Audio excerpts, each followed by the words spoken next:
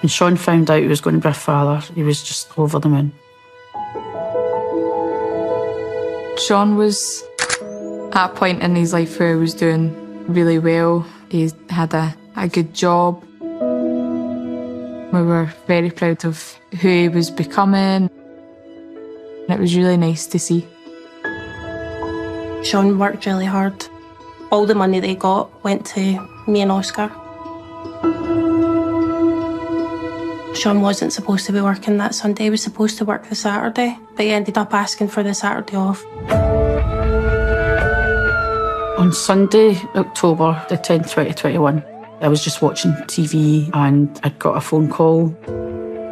There was a commotion in the street, a very large-scale disturbance, screaming. People looked out their windows and there was a man on the ground.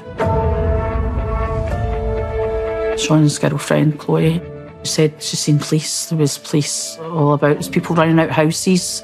I was like, right, I'm coming over. The police came to the door and then they went, I'm sorry to tell you, but Sean's died. I fell to the floor, crying, screaming, felt sick. Would chill the community to the core.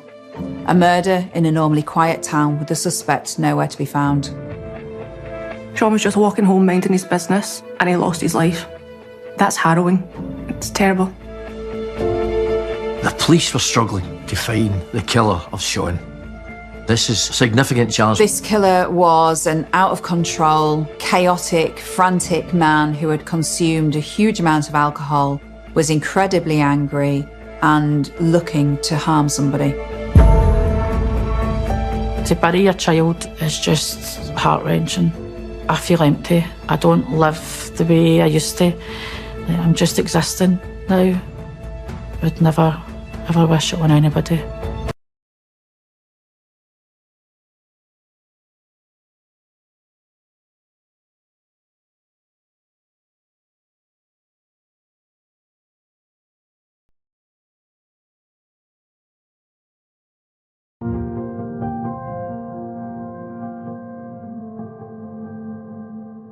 This picture is Sean and his sister, Simone. They were at his cousin's wedding. It was such a great day. The videographers were following Sean about because he danced a lot. And we've got a wee group of them in there dancing. So that's him with his sister, Samantha. I met Sean's dad in 1993. We had Sean's sister, Simone, and his second sister, Samantha. And then Sean was born in 1998. With having the two girls, we were rooting for a boy. And if it was a boy, he was going to be named Sean straight away. So even before we found out, cousins would touch my stomach and say, baby Sean. All the time, they would just rub it, baby Sean. I loved being the oldest, so having a little brother was great. Sean was definitely the wild one growing up. Me and Sam were a lot calmer. We liked to follow the rules, things like that. When Sean was a toddler, he gave us a false sense of security from being a quiet baby to a toddler that just as soon as he found his feet, he was running. That was him. One time, I think he jumped out the window and he ran into the neighbour's house, and I remember knocking on the door to get him back in. Sean always knew he was like the centre of attention and stood out. He was definitely the funny one and always getting up to something.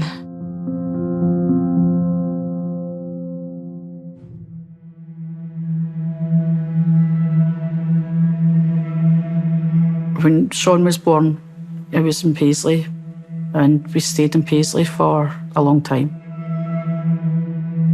Paisley was really bad for gangs and there was loads of crime going on. So I felt I had to kind of move from that area just for my children. And for Sean, it was because he was easily led with older boys. We moved to Stevenson when Sean was about 7. I would have been about 11, just starting high school. We all made friends quite quickly at school. Sean ended up being parts of football teams there. He was in the school plays. So yeah, he did settle in really nicely.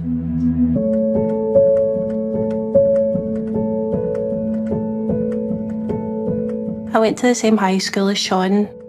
He was a bit of a class clown. You always seen him running the corridors, so you just knew he had loads of personality. We started talking in March, but we started going out on April Fool's Day. They invited me over to his dad's house and I just stayed the night. And then that was it. I stayed for 2 weeks after that. And then we went over to Sean's mum's house and lived there. They were meant to stay for one night and they never left. They were both big personalities. Like, we used to wind each other up. Watch my glasses! And I could see that's where Sean got his personality from. They were good for each other. They were funny together. Like, she was a quiet one, he was a loud one, so it was like yin and yang. He did change. He was in the house more, spent loads of time with her, went to shops for her, done everything that she needed. He would do it. He was really good.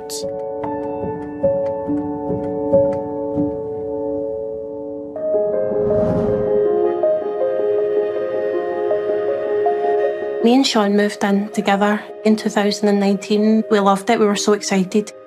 It meant so much to us both because we knew that we wanted a family, we wanted to get engaged. Came positive, so I think I was one of the first ones to find out.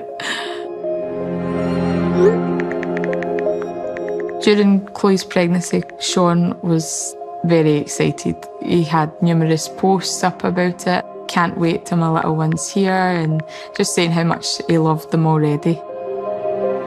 I gave birth to Oscar on the 5th of July 2020. When Sean first met Oscar, he was crying with joy. I just remember the smile on his face. He was like, I can't believe this is actually happening. Chloe was nervous that she was birthing and everybody was watching you and he's getting that. Sean was a really good dad, always cuddling. I loved playing with him. Oscar was his baby boy and he spoke about him all the time. Bouncy, bouncy, bouncy, bouncy. It's just really sad that he didn't get to see Oscar's personality because he was still so young at the time. The last time I actually spoke to Sean was the night before. I had Oscar on the Friday night. I took him home and Sean, he didn't really say this a lot, but he was like, thanks Mum, thanks for doing everything. And I had stood there at the car, at the door, and I thought, should I go in and give him a cuddle for that or not? And I was like, I'll see him tomorrow. And I just drove away and went home. And that will always haunt me. I wish I'd went back in and just gave him that hug. It was kind of like a bittersweet moment, memory.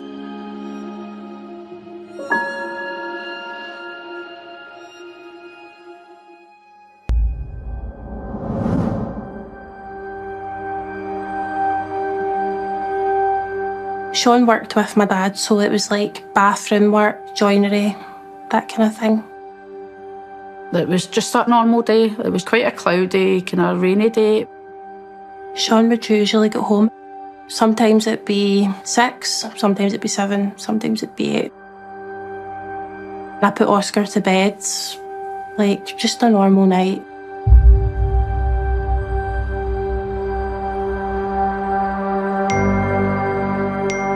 I started clicking on that something was wrong because we were all like in this group chat. And then a message said, Sean, who were they 2 guys shouting at you? I tried to phone Sean, couldn't get through to him, so I phoned his friend John and I said, who was it you heard? And he went, I don't know, there was 2 guys shouting, and then the phone went down. And then that's when the panic started kicking in because he was just round the corner, like he should be home by now. After that phone call, I was like, I better phone Debbie because I feel like something's wrong. She was panicking. You could hear the panic in her voice. And so I was like, can you see anything out there? Can you look out the window? So she looked out the window and she said she'd seen police. There was blue lights. There was police all about. There's people running out houses. I was like, right, I'm coming over. I had just had a newborn, so I remember lying in bed all cuddled up, and then I just remember sitting up and my watch had showed me a message saying, "Answer your phone, I need to talk to you." So when my mum called me, she told me that she thinks something has happened to Sean. She said that he was on the phone to one of his friends, like on FaceTime, and they heard somebody shouting at him, and then his phone switched off. Nobody could contact him. And there was something in me in that moment that I knew. Don't know if it's a sibling bond, but there was something in my body that told me that he was gone.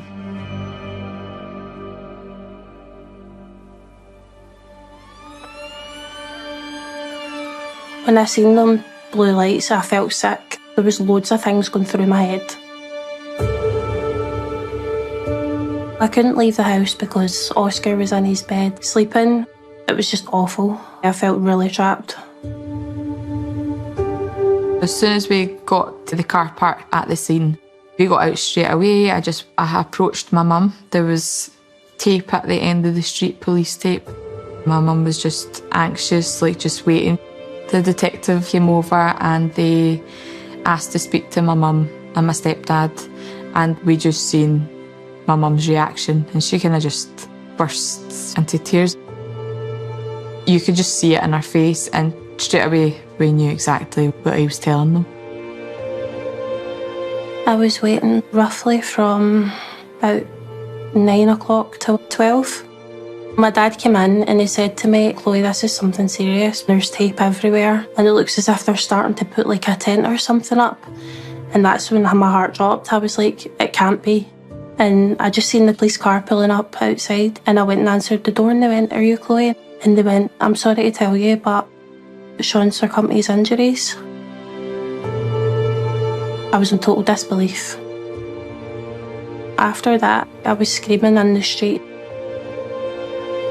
And I just remember all the neighbours being at their window staring, and all I could scream, like all I was screaming about was, "You've took some away from his boy. You've took his dad away." I couldn't look at Oscar because of the guilt. I felt so guilty because he was smiling at me and his dad's been taken away from him. After that, I left the house and I went to stay with Debbie, and I never went back. I remember just disbelief. It can't be true, it can't be him. I think they've got the wrong person. And the first person I phoned was my mum. And she just screamed and she was like, "No, no, no." And I was like, "Mum, it's true. He's been killed. Like, somebody's killed my boy." Those words are always going to haunt me, for the fact that my mum's had to phone her mum and tell her something so awful has happened.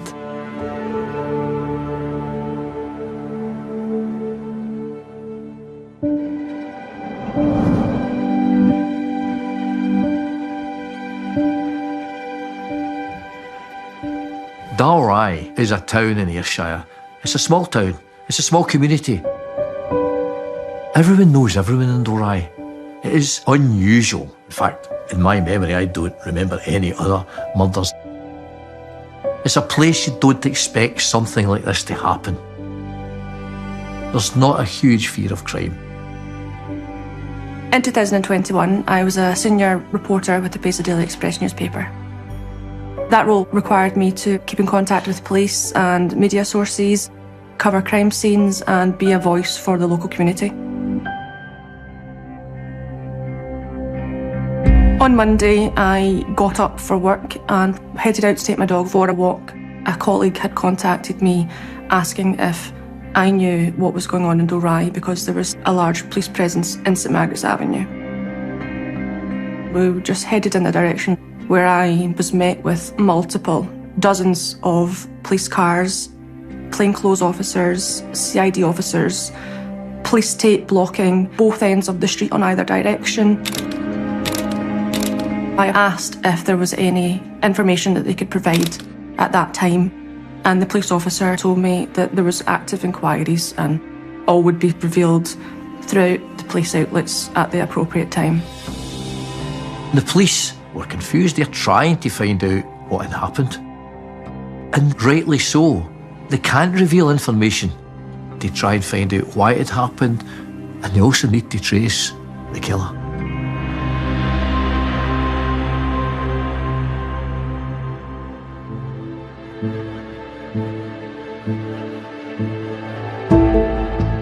It was a big thing to cover a murder, particularly one from a town where I grew up in. It was very hard-hitting, emotional, and you felt the ripple effect throughout the community. Social media had some rumours circulating, and they were stating that a young man named Sean had been murdered. Police weren't forthcoming with any names at the time, and that, I think, gave speculation as to could there be another murder? Why was Sean murdered? Why Sean? The policeman came in and asked us who would want to do that to him, things like that. It's like there's nobody I can think of, because he was so well liked. I was just trying to go through my head, who would just kill him? Was there a fight? Did this person try and rob him? I just couldn't believe it. The detective had told my mum that it was fatal because of a stabbing. When I was trying to think who had done it, I didn't really have an idea, because not like he was in trouble with anyone. It made me feel so scared. We could potentially be walking by him in the street if we go outside. I was just so anxious.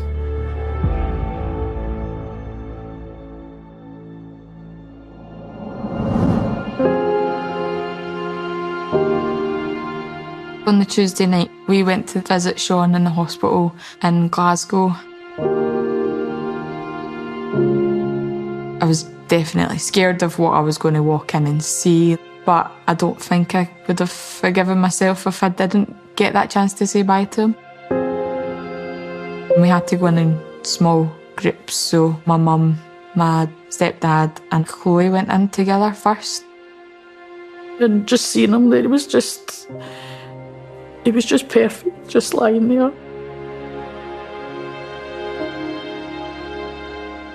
And I just promised him there that I'll always look after Oscar. I'll always be there.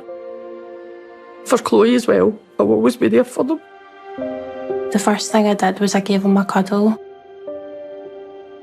And I just wanted to stay there and smell in his hair. I loved the smell of his hair. I never wanted to leave. I went in with my dad and my sister, and when I touched his hand, he was freezing. So the whole time I spent trying to rub his hand, trying to kind of warm it up a bit. The way he was lying, it kind of looked like a wee smile on his face. I just was waiting for him to sit up and say boo, because he always played jokes, and that's all I wanted him to do, so that everything could be fine. Why not me? Why my son? Why take him away? He was just living his life. He was getting his driving lessons, he was working, he was achieving things, goals. I could go, I've had my family, just take me. I would take his place. In a heartbeat, I would take his place.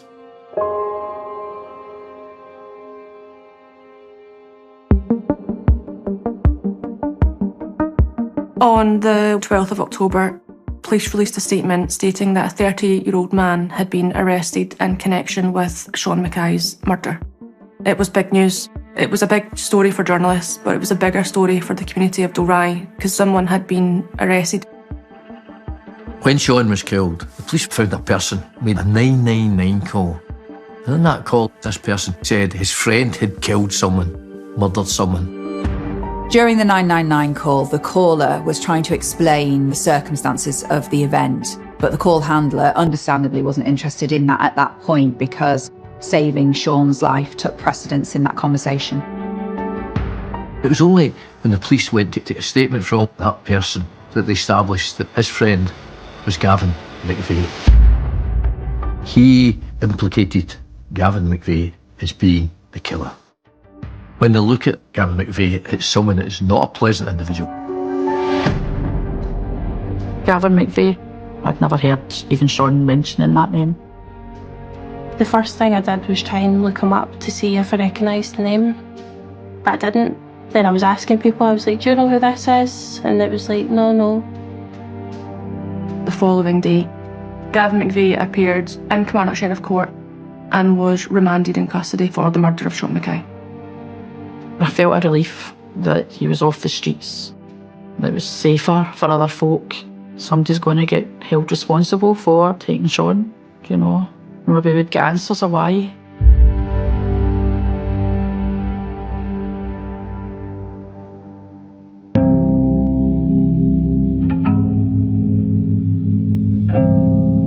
The police kept us up to date, told us that Gavin McVeigh was caught in a different town. They'd found the weapon and they've got DNA on the weapon. I had never heard of Gavin McVeigh, and I don't think many people actually did, apart from maybe people who sort of ran in those circles with Gavin, but he was not a well-known name at the time, especially to myself, who lived 5 minutes away. Gavin had previous convictions. These were attempting to defeat the ends of justice, which means perverting the course of justice, assaulting a child, and carrying a weapon. He drank a lot of alcohol, he consumed drugs. This is someone that had a past, a violent past. It was someone that was not a pillar in society.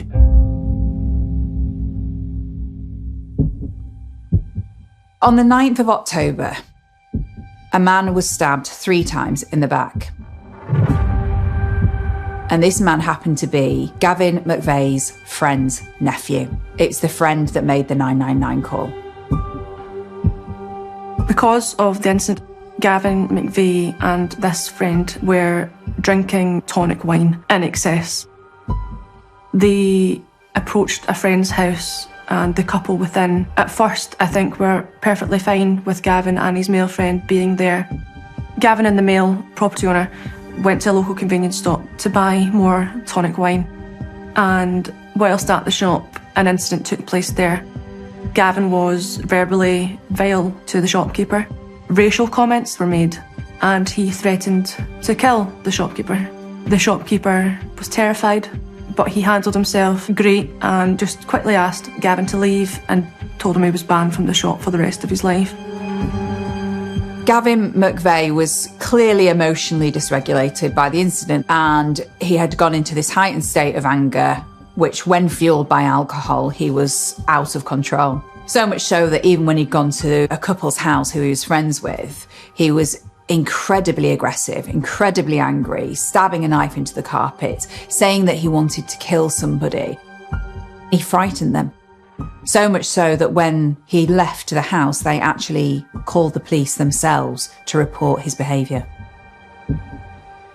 Gavin McVeigh, he was aggressive. He was in possession of a knife. He was insisting that he was going to kill someone.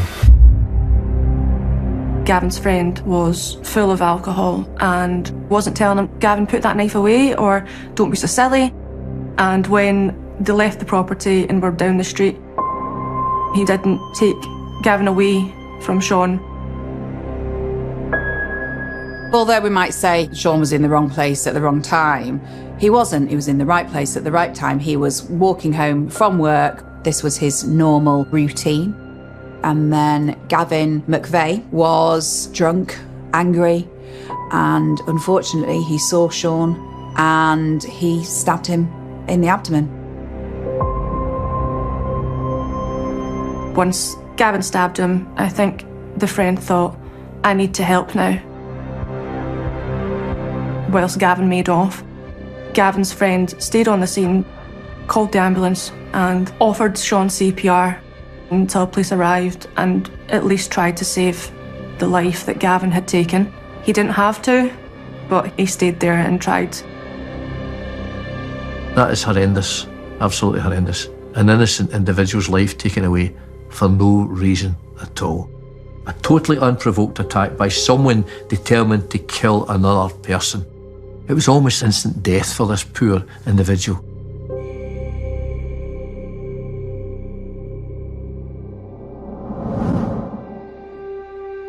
We went to where Sean was murdered and we lay lots of flowers. We went quite late so that we didn't have to see anybody, and a car pulled up and a young woman got out the car and asked if we were the family. She was crying, telling us that she was with Sean, and her and a few other people in the community had done everything that they could to try and help him. She was lovely. She answered any questions we had, but yeah, she said that he wasn't alone and there was lots of them there, but she was just so sorry that she couldn't save him. It is really nice knowing that nobody just left him in the street on his own.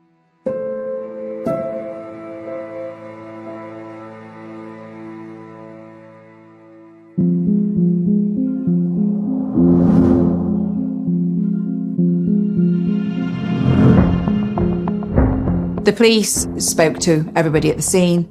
They took statements. Clothing was taken for DNA evidence.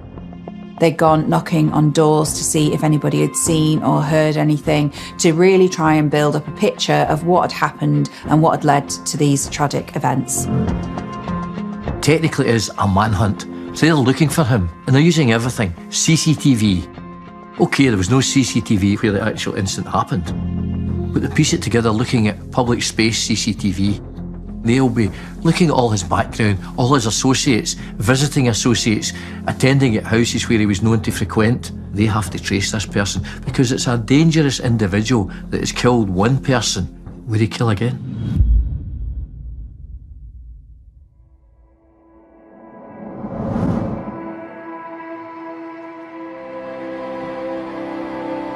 After Gavin brutally murdered Sean Mackay, he quickly fled the scene and attempted to remain undercover throughout the night at his mother's property. The following morning, he got on the bus to Irvine Town Centre. The police managed to trace Gavin McVeigh through the CCTV on the bus routes that he took when leaving Dalry.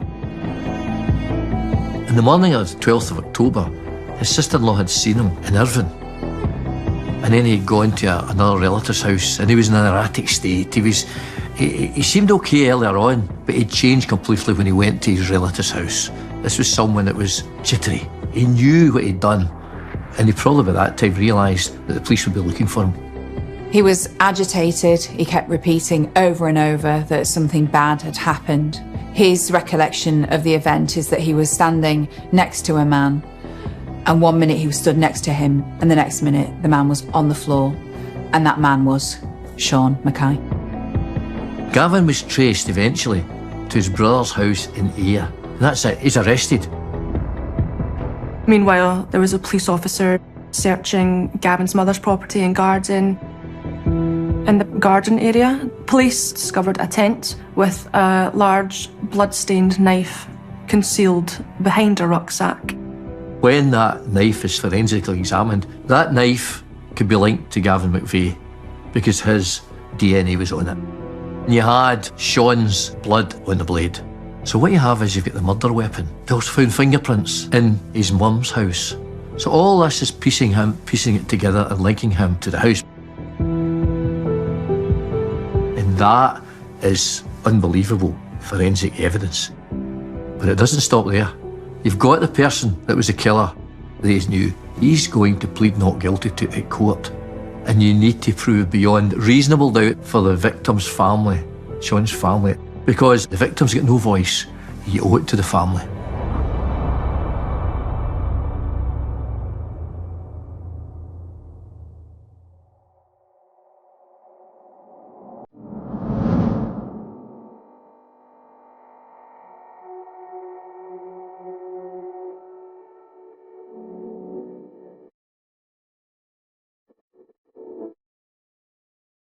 It was the worst day of my life when we had to bury him. But I just wanted everything to be so beautiful for my baby brother. That's what I always say. I remember when the cars had came, just seeing his coffin, seeing the flowers and stuff that was there. It was just surreal. We had bagpipes and they piped us out of the street, and then just being in that car, like knowing that that was his last ever journey. It was heartbreaking. It felt like a dream. I remember people speaking to me and it was just going straight past me. I couldn't take anything in. I had my dad sitting beside me, holding onto my hand, and I had his sister at the other side. And when they brought the coffin down, I couldn't even look at it. I was devastated. It's a day that I never wish upon anybody, and especially being so young, nothing can prepare you for when it's your sibling who's only had 23 years of his life, and 23 years would never have been enough.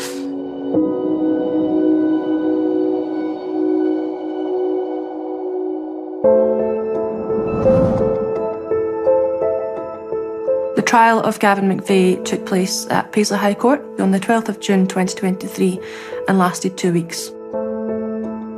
The trial itself was very busy. Sean's family and friends all attended. There must have been around 20 people there supporting Sean and Sean's family each day of the trial.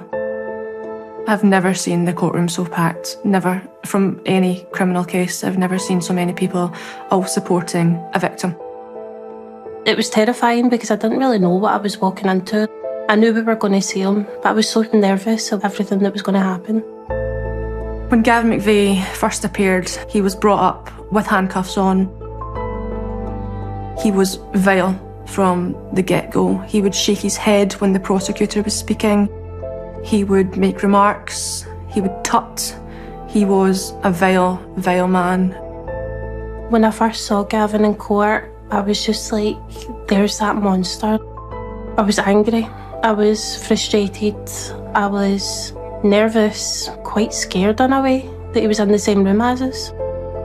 My first feelings were like disgusting. I looked at the back of his head and was like, why? Why did you do it? I wish I could have said to him, why? Just tell me, why did you do that to my son?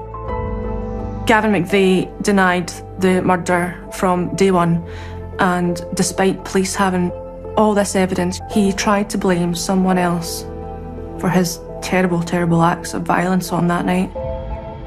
The police had amassed a lot of evidence, significant evidence. And they had CCTV evidence. They had the knife recovered. They had forensic evidence to link that to Sean and to link it to Gavin. They had statements. They had the friend that had implicated him. So you had all this together. And that should be sufficient to prove beyond reasonable doubt.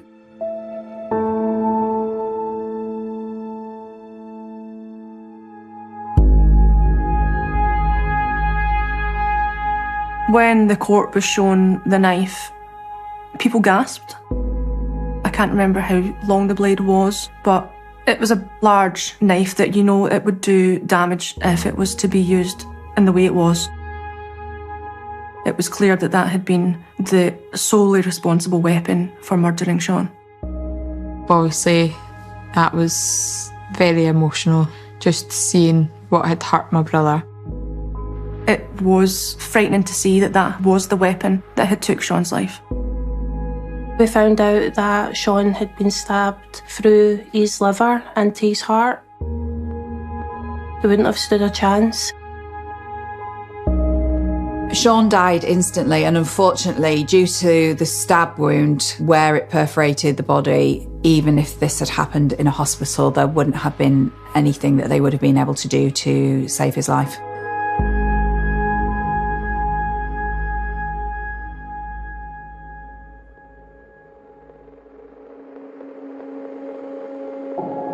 Sean's family and friends conducted themselves so well, but naturally emotions overtook them at times. You know, they would be crying, visibly upset, and quite rightly so. They're hearing the facts of how their loved one was murdered. I just wanted to give them a cuddle. They deserve to be held and squeezed tightly and loved. We had heard the evidence of a text message sent to someone where it had just said, "I've just killed someone." I don't think there was much more to the text message, but just kind of blunt, and he's used the word killed. Just before 11 p.m. on the evening of the murder, Gavin McVeigh messaged his friend saying, "I've just killed some and then he used a derogatory word to describe Sean. The fact that he's put it in a text message shows complete lack of thought, lack of respect, lack of regard at all. And that's an admission of a very serious crime via text message. For him, it's just meaningless. I sat to Gavin's right-hand side, and I think he must have looked at me a couple of times throughout the trial, sort of with a look of evil. He sniggered a couple of times and would roll his eyes, but fortunately the family weren't able to see his face because I don't think that they would have appreciated the manner in which he was conducting himself, particularly his facial expressions. Gavin McVeigh didn't give any reason. There was no reason why he could have killed him, so he didn't even speak in court. Gavin lodged a special defence of incrimination. He said in court that his friend that had been with him was responsible, fueled by hatred, because his nephew had been stabbed the day before. But there was so much overwhelming evidence against Gavin McVeigh. There was no evidence against this other individual, but he still stuck by that. He was determined to use any means whatever to get off with this. It was very clear to the court that this friend wasn't responsible for the murder. When the jury returned the guilty verdict, he was still denying the murder of Sean Mackay.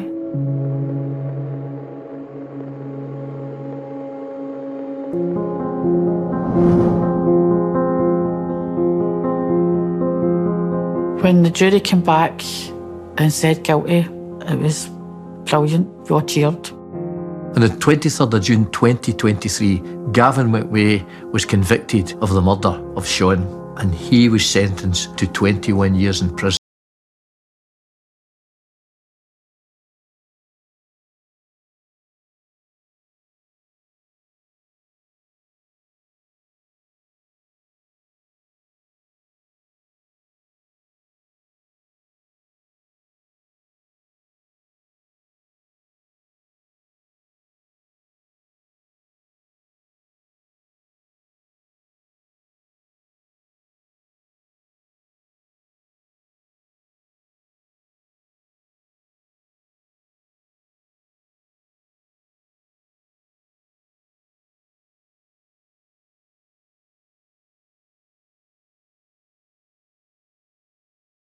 But it showed his character. There's no accountability, complete lack of remorse for his behaviour, and also a lack of acknowledgement of the severity of his actions. It seems like it's all just a game to him. Coming face to face with Sean's killer would have been very difficult.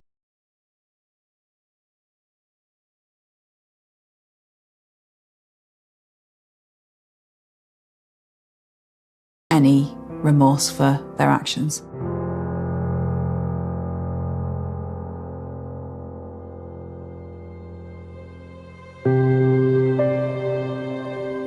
I'm generally not affected. After this case, it hit home. I was glad that the jury had returned the guilty verdict on all three charges for Sean's family. I think I actually got a bit emotional within the court writing my notes, but I thought, well done. It was a great result.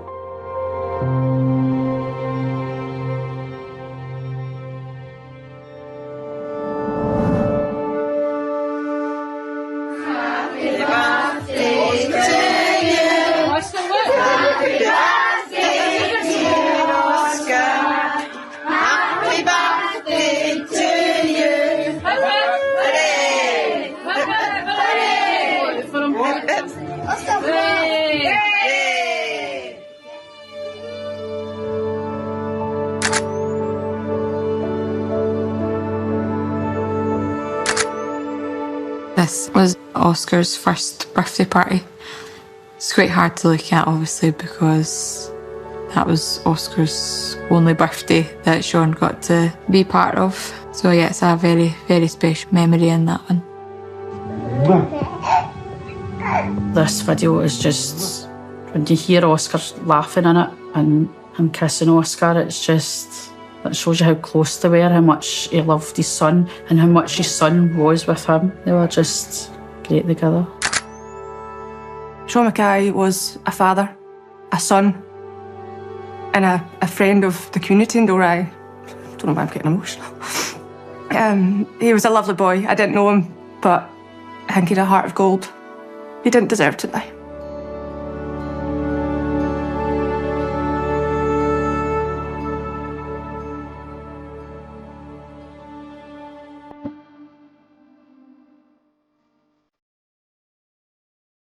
I was always so proud of him. He should be here. He should be with Chloe and Oscar. I miss him just so much. I think I just miss his laugh, hearing his voice, just because he made everyone laugh all the time. He lit up every room that he went into. He was loud. My mum had him on her phone as Foghorn Sean.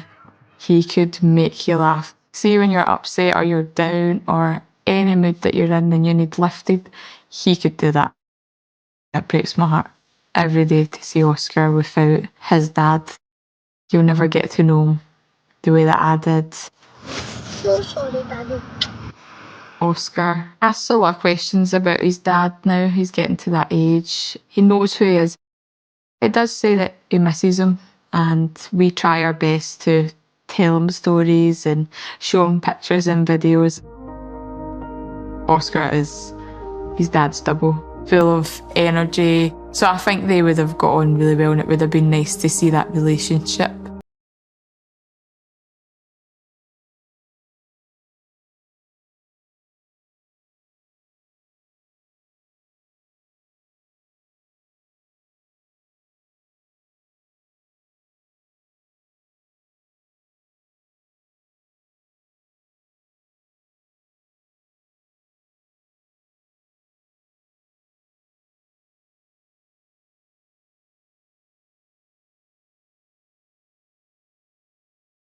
The call comes in just before dawn, when the roads are empty and the sky over Idaho is still bruised purple, when silence feels heavier than noise, when a single ring on a desk phone can fracture an entire town. And in that moment, no one yet knows that a secret buried for nearly 40 years is about to claw its way back to the surface, dragging names, memories, and guilt with it. But it begins the way all cold cases begin, with something that never truly ended, with a night that refused to stay in the past, with a question that never stopped echoing in the dark. Idaho, 1984. A year of cassette tapes and pickup trucks, of unlocked doors and trust that felt permanent. A place where everyone knew the sound of everyone else's footsteps, where nothing truly vanished without someone noticing. And yet something did vanish here. Something vital. Something human. Something that left a shape in the air that people learned to step around without ever understanding why. Snow still lingered on the shoulders of the roads at spring, gray and compacted, hiding what winter didn't want to release. And the town moved slowly, comfortably, unaware it was walking toward a moment that would freeze it in time. The house sits quiet at the edge of a residential block, modest, unremarkable, the kind you drive past without a second look. But that morning it becomes a focal point, lights flashing blue and red against the siding, officers moving carefully as if the walls themselves might speak, and neighbors gathering in clusters, robes pulled tight, breath visible, eyes wide, because something is wrong, and everyone can feel it before anyone says out loud. The front door stands open, just slightly, not forced, not broken, just open enough to invite questions no one wants to ask. Inside, the air is cold and stale, thick with the smell of last night's dinner, and something else, something metallic, something that doesn't belong. A young woman is missing. Her car is still in the driveway. Her purse is still on the kitchen counter. Her bed looks slept in. The clock on the wall keeps ticking, loud enough to be heard in every corner of the house, marking time that no longer seems to matter. There are no signs of a struggle, no overturned furniture, no shattered glass, just absence, clean and terrifying, as if she stood up in the middle of her life and stepped into nothing. By noon, the word spreads. Missing. By evening, it changes. Cold case in the making. Reporters arrive with cameras and microphones, their voices hushed, their questions sharp. Friends replay the last conversations they had with her, searching for hidden meaning. Neighbors recount sightings that feel suddenly important, A car that drove by too slowly. Footsteps on gravel that might have been nothing, might have been everything. Search parties form, combing fields, riverbanks, stretches of forest that seem endless once you start looking for someone who isn't there. The police work through the night. They photograph. They bag evidence that doesn't yet know it matters. A hair on a sleeve, a footprint near the back fence, a phone message half erased. Everything feels urgent, and yet the hours slip through their fingers. Leads come in fast and fall apart just as quickly. A sighting at a gas station turns out to be someone else. A tip about a stranger passing through leads nowhere. Every knock on a door brings hope and dread in equal measure. Days pass, then weeks. The posters fade in the sun, edges curling, tape losing its grip. The search grid expands, then contracts, then stops. The case file grows thicker, heavier, harder to lift. The questions remain thin and sharp. Cutting through conversations at grocery stores, at church, at the diner, where people lower their voices when her name comes up, as if saying it too loudly might make something worse. Parents tighten rules. Locks start clicking at night. The town changes in small, permanent ways. And then, slowly, the case cools. Not officially, never officially, but the calls slow down. The tips become repetitive. Detectives are reassigned. New crimes demand attention. The file is boxed, labeled, slid onto a shelf among others like it. Each one a promise half kept. Cold case. The words feel clinical, almost polite, but everyone knows what they mean. Unfinished, unanswered, unforgiven. Years turn into decades. The house is sold. The furniture replaced. New families move in, unaware of the weight in the walls. Children who weren't born yet grow up hearing whispers of what happened, vague and distorted, a story without an ending. The people who were young then grow older, their memories soften at the edges, details blurring, certainty eroding, but the unease never fully disappears. It lingers like a low hum beneath everyday life. In the evidence room, boxes gather dust. Technology changes. Techniques evolve. What was once impossible becomes routine. What was once invisible becomes clear. But only if someone looks again. Only if someone believes that the past still has something to say. For years, no one does. The case sits, silent, patient, until it doesn't. It starts quietly, without ceremony, with a review prompted by nothing more dramatic than a scheduling gap and a detective who doesn't like unfinished things. A box is pulled, a file opened, pages turned by hands that weren't there the first time. Fresh eyes trace old steps, notice what others missed, question assumptions that harden into fact simply because no one challenged them. The language of the report feels dated, cautious, restrained. The evidence list looks sparse, almost embarrassed by its own thinness. But there is something there, something preserved, something collected before anyone knew what it might one day become. A sample, small, overlooked, log and forgotten. It's sent away more out of habit than hope, a procedural shrug toward modern science. And for a while, nothing happens. Weeks pass, months. The detective moves on, half expecting the answer to be the same as it's always been.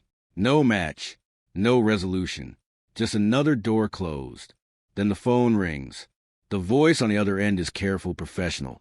But there's an edge to it, a tension that cuts through the years like a blade. The sample is viable. The profile is clear. The numbers are staggering. The odds are astronomical. This isn't a maybe. This isn't a possibility. This is something solid, something real, something that refuses to stay buried any longer.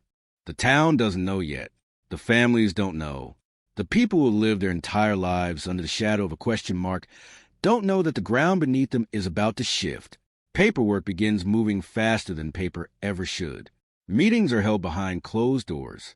Old names are spoken again, some for the first time in decades. Some with a pause that says more than words ever could. In Idaho, the past has been quiet for a long time. Too quiet. And now, in a single day, that silence is starting to crack. The file comes off the shelf with a sound that feels louder than it should. Cardboard scraping cardboard. Dust lifting into the fluorescent light, like something disturbed from sleep. And as a detective carries it down the narrow aisle of the evidence room, there is a sense irrational but undeniable that the box knows is being moved, that it has waited a long time for this exact moment, that the silence inside it has been holding its breath since 1984. The lid opens. Paper crackles. Photographs stare back in washed-out color. The edges soft. The details stubborn. A frozen moment of a house that once breathed and then stopped. Every cold case has a mythology, a version of events that hardens over time, assumptions passed down from one investigator to the next like inherited truths. And this one is no different. The notes talk about cooperation, about no forced entry, about a town that couldn't imagine one of its own capable of something monstrous. There are names circled in pen, arrows drawn between statements, questions underlined twice, as if emphasis might conjure answers. And beneath it all, a current of restraint, a carefulness that feels dated now, shaped by an era when science promised less and intuition filled the gaps. The detective reads slowly, not trusting first impression, letting the timeline unfold again in his mind, hour by hour, step by step, the last confirmed sighting, the phone call that went unanswered, the dog that barked at nothing in the early hours of the morning. He notices how often the word unlikely appears, how frequently possibilities are dismissed because they didn't fit the picture of the place, the people, the time. Idaho wasn't supposed to be like this. That assumption hums between the lines. There's a photograph of the backyard, the fence line slightly bowed, a patch of dirt darker than the rest, noted once and then forgotten. There's a bag shirt, log and sealed, tested for nothing more than blood type. Results inconclusive, interest fading as weeks turned into months. There's a strand of hair taped to a card, labeled carefully, then set aside because it led nowhere in a world that didn't yet know how to ask the right questions. The detective pauses there. The hair, the shirt, the absence of struggle. He doesn't feel triumph or revelation. Only a quiet unease, the sense that the answers were always present, patient, waiting for someone with the tools to listen. He signs the transfer forms, hands the evidence over, and watches it disappear through doors marked with warnings and protocols that didn't exist when this all began. While the lab works, life continues in town the way it always has, with routines polished smooth by repetition. People wake early, pour coffee, scrape frost from windshields in winter, complain about the roads, the weather, the cost of things. Children learn the history of the place in school, but the missing chapter is skimmed, softened, turned into a cautionary footnote rather than an open wound. The victim's name still surfaces now and then, usually late at night, usually in hushed tones, usually followed by a shake of the head and a phrase like, "They never figured that one out." Some people think they know what happened. Some are sure they do. Over the years, theories have bloomed and withered, suspects whispered about and then absolved by time if not by proof. A drifter, a jealous acquaintance, a secret relationship gone wrong. Each story offers a comfort of explanation, even if none of them hold up to scrutiny. Uncertainty is heavier than suspicion. It presses down, distorts memory, reshapes the past into something easier to live with. At the lab, machines hum with indifferent precision. Technicians work through backlogs, cases spanning decades, each one a fragment of someone's worst day. When they get to the Idaho sample, it doesn't announce itself. It doesn't glow or pulse. It simply yields information, strings of data translating biology into numbers, numbers into identity. The process is methodical, almost boring, until it isn't. Until a screen fills with a result that forces someone to sit back, blink, look again. The match doesn't scream. It whispers, quietly, devastatingly clear. There's protocol for this moment. Steps to follow, boxes to check, supervisors to notify. The technician knows better than to celebrate, better than to speculate, but there's a flicker of something in their expression as they pick up the phone. This is not partial. This is not degraded beyond use. This is strong. Strong enough to change everything. When the detective gets a call, he is alone in his office, late afternoon light slanting to the blinds, striping the wall like a barcode. The words land slowly, each one heavier than the last, and for a moment he doesn't respond at all. He looks at the files spread across his desk, the old photographs, the notes written by hands that have long since retired or passed on, and he feels time compress.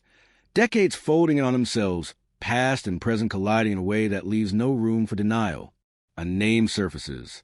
Not new, not unknown, a name that has appeared before, briefly, dismissed gently, set aside without malice. A person who stayed, who aged, who built a life in the shadow of something no one ever proved. The detective feels the weight of it settle in his chest, the knowledge that from this moment forward, nothing will be the same, not for him, not for the town, not for people who thought this story was finished.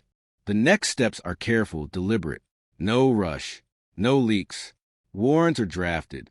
Old interviews are reviewed with fresh skepticism. Statements once deemed solid are re-examined for cracks. The suspect's timeline is reconstructed, not with the generosity of assumption, but with the rigor of doubt. Small inconsistencies surface, things that seemed insignificant before but now refuse to stay quiet. A late arrival, a memory that shifted over time, an alibi supported by someone who no longer remembers it the same way. Surveillance begins, discreet and thorough. The suspect goes about daily life unaware, or perhaps aware in a way that has become second nature. The kind of vigilance that doesn't look like fear until you know what to look for. Neighbors wave.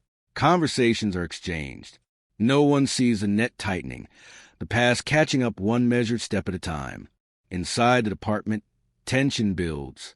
This is the kind of case that defines careers, that brings scrutiny and second-guessing, that forces everyone involved to move with absolute certainty. There is no appetite for mistakes, no tolerance for shortcuts. Every decision is documented, every action justified. The ghost of the original investigation looms large, a reminder of how easy it is to miss what you don't expect to find. As the date for confrontation approaches, the detective returns again and again to beginning, to the quiet house, the open door, the absence that spoke louder than violence ever could. He imagines a moment when whatever happened crossed a line that could never be uncrossed, when a choice was made that rippled outward for 40 years. He wonders how many times the suspect has revisited that night, whether it lives as vividly for them as it does in this file, whether time dulled the edges or sharpened them. The arrest plan is finalized, backup is arranged, the risk is assessed, and still, beneath the layers of procedure, there is a current of disbelief, a sense that something long assumed to be immovable is about to be shifted, that the silence the town learned to live with is about to be broken, loudly, irreversibly. Outside, evening settles in, the sky deepening to blue, then black, stars pricking through the darkness the way truths sometimes do when you least expect them. Somewhere in town, the suspect locks a door, turns off a light, prepares for another night indistinguishable from the last, unaware that the long pause is ending, that the question mark hovering over 1984 is finally beginning to turn into something else, something solid, something that will demand answers no matter how long it has waited. The knock comes after dusk, not loud, not aggressive, but firm enough to cut through the ordinary noise of a television murmuring in the background, firm enough to make the person inside pause mid-step, heart skipping before the mind can invent a reason for it. When the door opens, a porch light frames faces that are calm, controlled, professional, badges catching a dull glint, and in that instant something shifts, something ancient and rehearsed rising to the surface, a flicker of recognition quickly buried beneath practiced neutrality.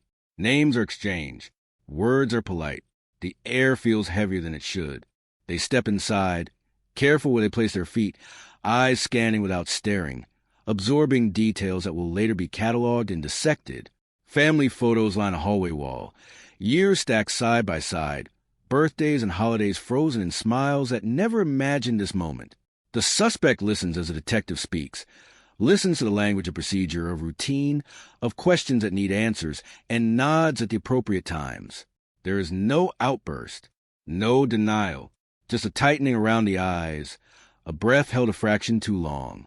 At the station, the room is small and deliberately plain, designed to strip away distraction, to leave nothing but voices and truth between four walls. The recorder clicks on, a sound that has ended countless illusions, and the detective begins not with accusation, but with history, walking slowly back through time, through shared landmarks and remembered events, letting familiarity do the work. The suspect responds easily at first, recounting details with confidence, the story smooth from repetition, worn soft by decades of retelling. But then the questions narrow, the timeline sharpens. Small discrepancies are introduced gently, like pebbles dropped into still water. The suspect shifts in their chair. A hand rubs at the wrist, then stills. Answers lengthen. Explanations become more elaborate, and the detective lets the silence stretch after each one, long enough for doubt to echo. This is not a trap sprung suddenly. It is a pressure applied gradually, relentlessly. Outside the room, other officers watch through glass, studying body language, noting the moments when composure slips and something raw shows through. They've seen this before, the way confidence erodes not all at once, but in flakes, each one barely noticeable until the structure beneath begins to show. Time works differently in this space. Minutes feel like hours. Hours compress into a blur. The detective finally lays the evidence on the table, not dramatically, not with flourish, but with the quiet finality of something that doesn't need embellishment. The words DNA match hang in the air, clinical and devastating. For the first time, the suspect's gaze breaks, dropping to the table, lingering on it with grain as if it might offer escape. There's a pause so long it becomes uncomfortable, the kind of silence that seems to hum. When the suspect speaks again, the voice is lower, stripped of its earlier ease. Questions replace answers now. How certain is the test? How could something from so long ago still matter? The detective responds with facts, with probability so high they border on inevitability. With an explanation technology that didn't exist when the crime was new, technology that has no interest in excuses. Each sentence tightens a circle. The confession doesn't come all at once. It arrives in fragments, half admissions wrapped in justification, a version of events that tries to soften edges, to frame choices as accidents, reactions, moments that got out of control. The detective listens without interrupting, knowing that every word is another thread pulled loose. The suspect's hands tremble now, the mask fully cracked, the weight of 40 years pressing down all at once.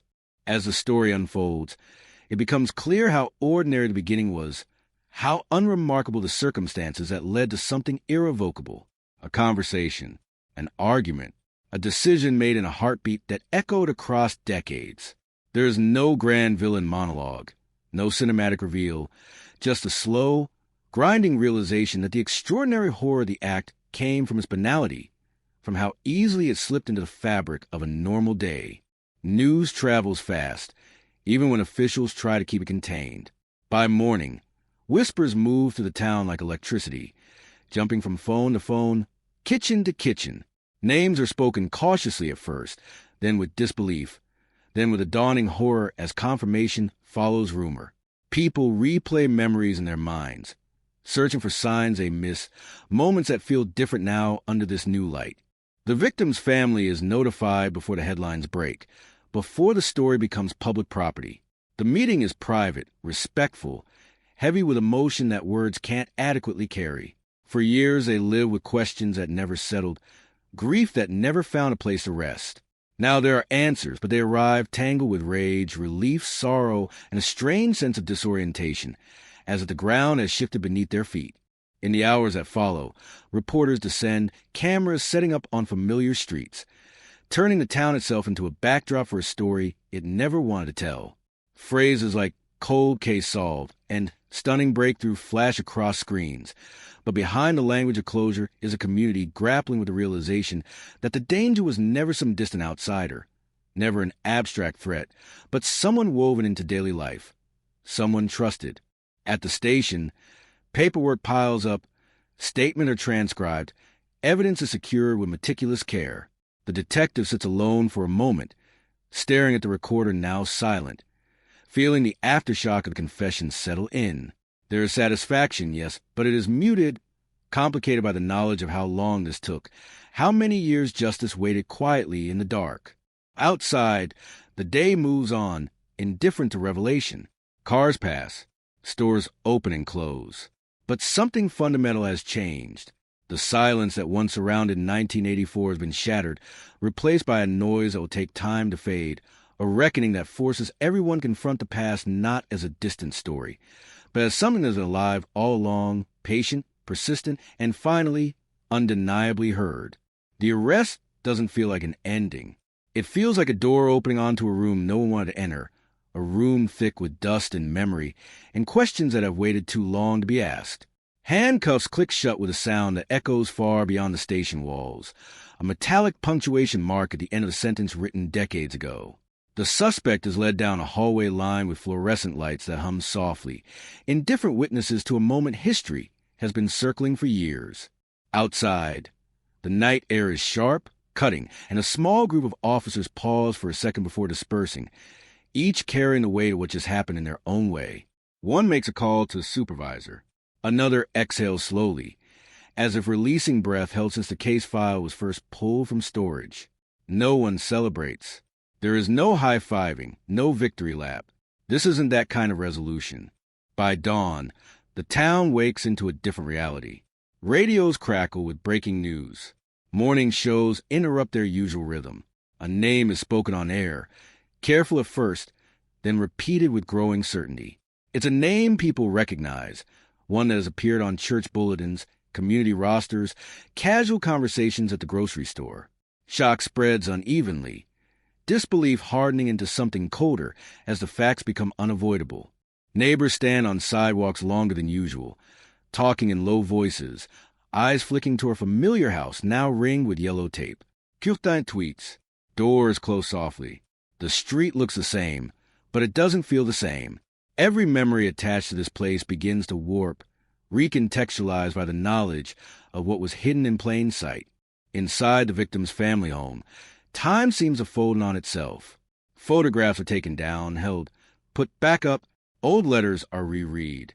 A mother, older now than she ever imagined being without answers, sits quietly as detectives explain what comes next, the legal steps, the court dates, the process that will finally put a formal shape around a pain that has been formless for so long.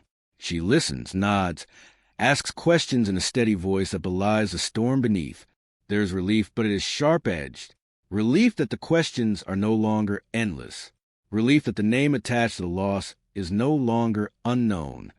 But there is also anger, hot and immediate, at the years stolen by silence, at the birthdays marked by absence, at the way life moved forward while truth stayed buried.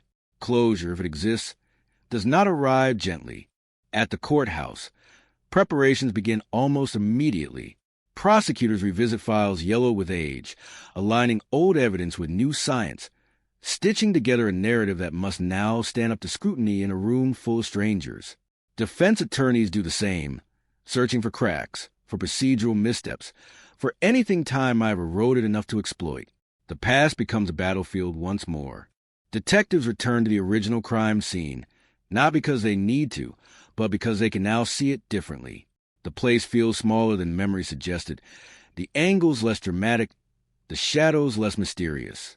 They stand there quietly, each replaying the story with new context, imagining how close the truth always was, how many times they might have walked past it without knowing. The media appetite grows. Requests for interviews stack up. Old acquaintances of the suspect come forward, offering recollections that now feel ominous. Details that seemed insignificant at the time, but suddenly glow with retrospective meaning. A strange comment, an unexplained absence, a habit no one questioned. Hindsight sharpens everything.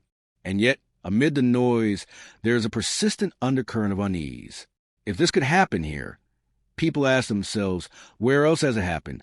How many other names sit quietly in databases, waiting for technology, for funding, for one person stubborn enough to keep digging? The case becomes a mirror, reflecting not just one crime, but the fragility of certainty itself. Night falls again, and the town settles into an uneasy sleep. Porch lights stay on a little longer. Doors are locked twice. The solved case does not bring immediate peace. It brings awareness, the unsettling understanding that time does not erase truth. It only delays its arrival. Somewhere in a holding cell, a person who lived freely for decades now stares at a concrete wall, confronted by the same inevitability the evidence promised. And in the quiet spaces between headlines and hearings, the story continues to unfold, not as a neat conclusion, but as a reckoning that ripples outward, touching lives that thought they were safely distant, reminding everyone that even the coldest cases never truly go silent. They wait. Court dates appear on calendars like warnings, circled in ink, impossible to ignore. The months between arrests and trials stretch thin, elastic, filled with motions and hearings that sound procedural but feel seismic to those who have waited a lifetime for this moment. Every document filed is another door opened, another detail dragged into the light, another reminder that the past is no longer content to stay buried. In the prosecutor's office, nights run late. Coffee goes cold beside stacks of files as timelines are rebuilt from fragments. Witness statements reread with new eyes. What once felt incomplete now forms a pattern, not perfect but undeniable. The DNA result sits at the center of everything, a silent witness immune to intimidation or forgetfulness. It does not waver. It does not forget. It simply is. Defense filings push back hard, questioning chain of custody, preservation methods, the reliability of science that did not exist in 1984. They argue memory decay, lost context, the unfairness of judging a life through the lens of an ancient mistake. The language is careful, strategic, designed to introduce doubt where certainty has finally taken root. It works, at least a little. Doubt always does. The town watches from a distance, absorbing updates through headlines and half-heard conversations. People argue quietly about fairness, about redemption, about whether time should soften consequence. Some insist the past should stay in the past. Others counter that time only deepens responsibility. The case becomes a fault line, revealing beliefs that had never been tested this way before. For the victim's family, waiting resumes, but it is different now. This waiting has direction.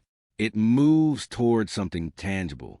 They attend pretrial hearings, sitting behind polished wood benches, listening to attorneys debate language that feels bloodless compared to reality it represents. Each mention of the crime tightens something in their chests, but they stay, because staying is how they reclaim what was taken. The suspect remains largely out of sight, moved through secure corridors, face occasionally captured by a long lens, eyes avoiding the camera.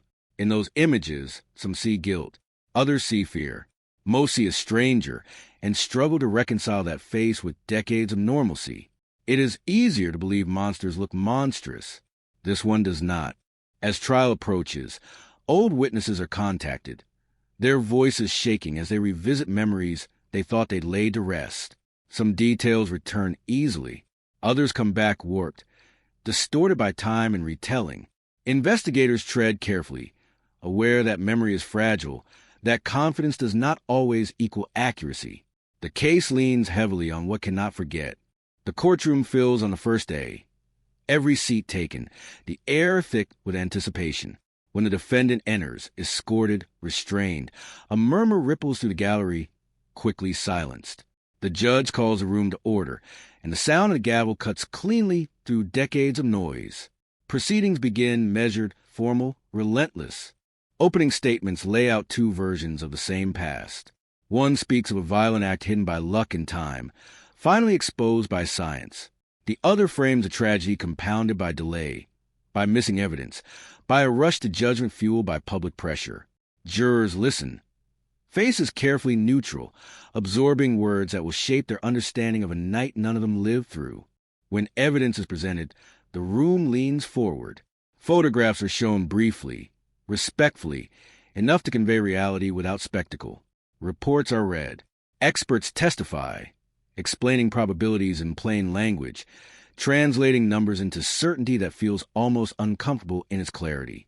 The DNA match is described again methodically, its margin of error so small it feels theoretical.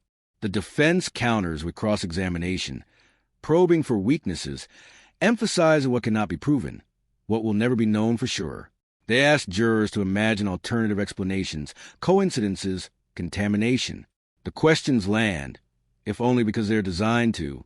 Doubt, even when faint, has weight. Throughout it all, the victim's family watches, hands clasped, eyes fixed forward. They hear the story of their loss told by strangers, dissected, analyzed, argued over. It is painful. It is necessary. This is the price of answers delivered through a system that demands process before peace. Outside the courthouse, cameras wait, reporters ready to compress complexity into sound bites. Inside, time moves differently. Each hour feels heavy, deliberate, irreversible. The trial is no longer about what happened in 1984. It is about whether truth, once uncovered, is strong enough to stand against the erosion of years. And as the days pass, testimony stacking upon testimony, one thing becomes clear to everyone in that room. Whatever the verdict, whatever the outcome, this case has already changed the town, the families, the people who carried it unknowingly for so long. The silence is gone now. In its place is something louder, harder, impossible to ignore. By the second week of testimony, the courtroom feels smaller, the walls closer, as if the weight of what's being said is compressing the space itself. Jurors shift in their seats, not from boredom, but from the slow realization that this story does not resolve cleanly. It resists simplicity. It demands attention. Every word spoken now carries consequence. The prosecution returns again and again to the night itself, reconstructing it minute by minute, forcing the room to inhabit a timeline frozen for decades. Streetlights described in careful detail, weather patterns pulled from old records, a window left open, a sound that may or may not have been heard. The goal is clarity, but clarity here is unsettling. The more vivid the picture becomes, the harder it is to escape. Expert witnesses take the stand with the calm confidence of people used to skepticism. They explain degradation, contamination risks, lab protocols. They speak of samples preserved against all odds, of technology that didn't exist when the evidence was collected, of breakthroughs born from patience rather than brilliance. Their voices are steady, almost clinical, but the implications of their words are anything but. The defense listens closely, notebooks filling with arrows and underlines, waiting for the smallest inconsistency. When their turn comes, they strike not at the science itself, but at the space around it. Why was this item stored there? Who handled it? Why wasn't it tested sooner? They remind the jury that time is not neutral, that it distorts, corrodes, complicates. They suggest that certainty this late in the game should be treated with suspicion. Witnesses from the past step forward next, their presence fragile, their memories uneven. One pauses mid-sentence, searching for a detail that refuses to surface. Another insists on something with unwavering confidence, only to be challenged by a document that tells a slightly different story. The courtroom watches this with quiet intensity, aware that memory, once the backbone of justice, is also its most vulnerable limb. The victim's life is threaded carefully into proceedings, not as a symbol, but as a person. Friends describe laughter, habits, small quirks that make the loss feel immediate, personal. It's a risky move. Humanizing the victim strengthens the emotional case, but risks backlash if it feels manipulative. The prosecution walks that line carefully, letting the facts carry most of the weight. Still, emotion leaks in. It always does. A photograph shown a second too long. A voice that cracks unexpectedly. A moment when the room holds its breath, united by the shared understanding that this is not just a legal exercise, but reckoning delayed by nearly 40 years. Outside, the town is restless. Social media buzzes with armchair analysis, speculation masquerading as insight. Old rumors resurface, names dragged back into light, without warning or consent. Some people retreat, exhausted by the attention. Others lean into it, desperate to be part of the narrative, to matter in a story that has suddenly become national news. Inside the courtroom, the defendant remains mostly still, expression guarded, posture rigid. Observers search for tells, for some flicker of truth in the eyes, but find only restraint. Whether that restraint is guilt, fear, or strategy becomes another point of quiet debate during lunch breaks and late-night conversations. As the prosecution rests its case, there is a sense of pause, not relief. The defense begins its presentation immediately, reframing the narrative with precision. They introduce alternate timelines, question motivations, highlight gaps. They remind jurors that reasonable doubt is not about what feels right, but about what can be proven beyond question. The judge listens impassively, ruling on objections, maintaining order. This is not the judge's story.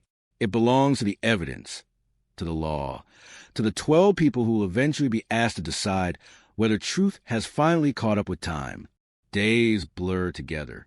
Testimony piles up. The narrative becomes dense, layered, resistant to simplification. By now, everyone involved understands that the verdict, whatever it is, will not satisfy everyone. It cannot undo the past. It cannot return what was lost. It can only declare what the present believes about the truth. And beneath it all, unspoken but constant, is the awareness that this case is bigger than itself. It represents every unanswered question still waiting in evidence rooms across the country, every family still measuring time in absence, every truth delayed but not erased. The trial marches forward, relentless, deliberate, carrying with it the accumulated weight of decades. And as the final witnesses approach, the room grows quieter still, as if everyone senses that something irreversible is drawing near. Closing arguments arrive not with drama, but with gravity, the kind that pulls everything inward.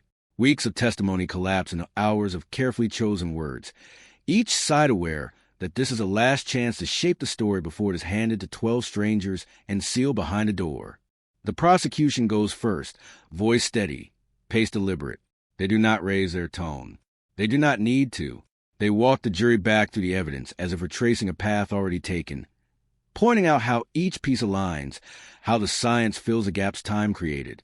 They speak of probability not as abstraction, but as reality, reminding the room that coincidences have limits. That chance does not repeat itself this cleanly. They linger on the DNA, not overstating it, but anchoring everything to it. This is not one clue among many. They argue. It is a thread that ties the past to the present, immune to fading memory or shifting narratives. They ask the jury to trust what cannot lie, what has no motive, what exists independent of human error. Then the defense stands and the tone shifts. They speak of caution, of restraint, of the danger of hindsight. They warn against allowing modern tools to rewrite history without accounting for the damage time has done. They remind jurors that the burden of proof does not shrink with age, that justice delayed must still meet the same standard as justice swift.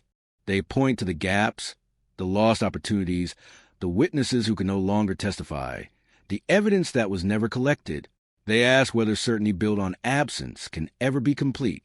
They suggest that doubt, even quiet doubt, must matter. The jury listens, faces unreadable. Some take notes. Others stare straight ahead, absorbing tone as much as content. The courtroom feels suspended, caught between two interpretations of the same truth.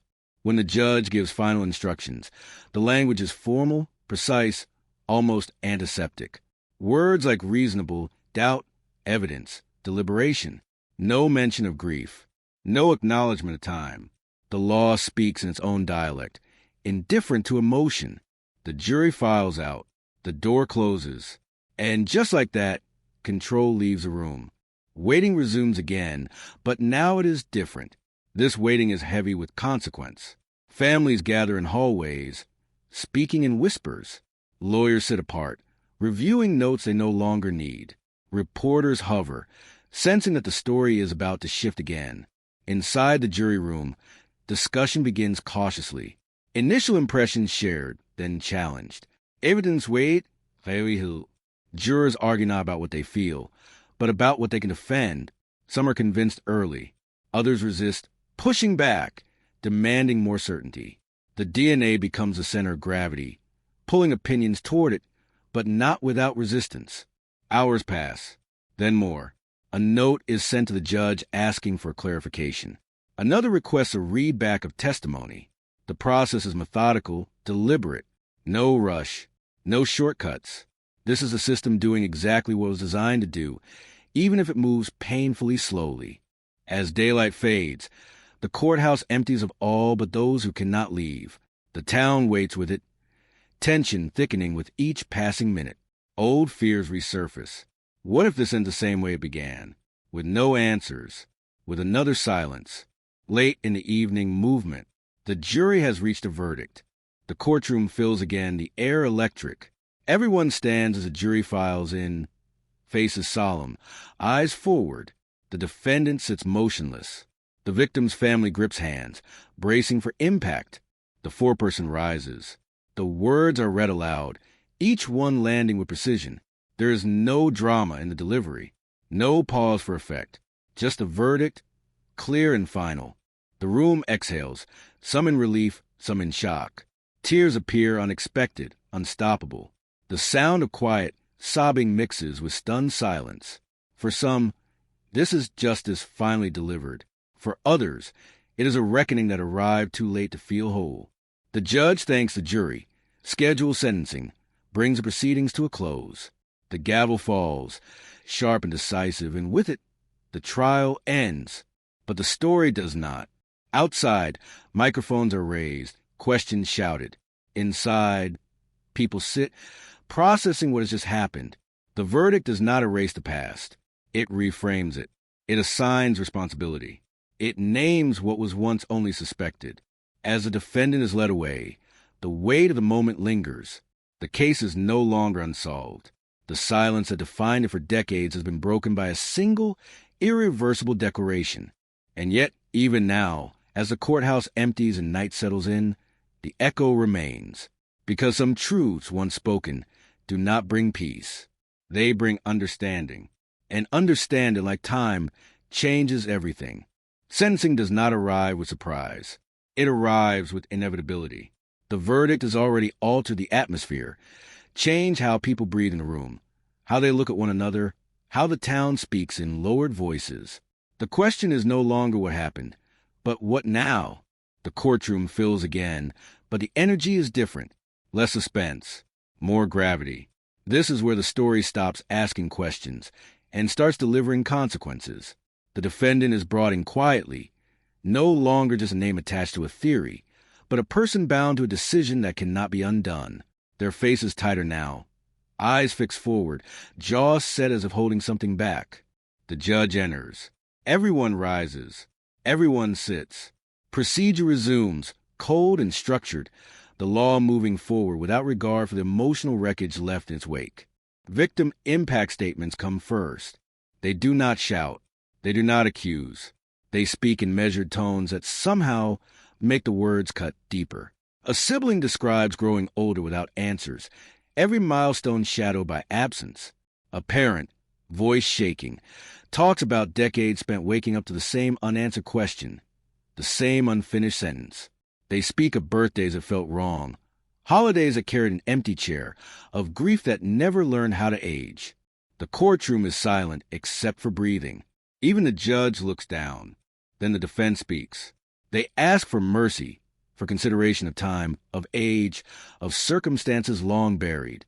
They argue that punishment now cannot mirror punishment then, that a life lived in the interim must matter. Their words are careful, restrained, but they struggle to gain traction against the weight of what has already been decided. The prosecution responds briefly. They do not press. They do not embellish. They simply remind the court that accountability delayed is still accountability, that justice does not expire just because years have passed. The judge listens. Notes are reviewed. Sentencing guidelines cited. The law speaks again, impersonal, unwavering.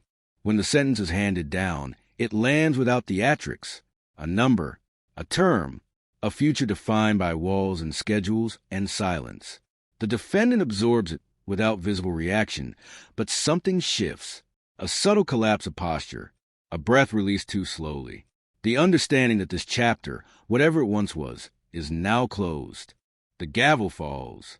Outside the courtroom, the world rushes back in. Cameras flash.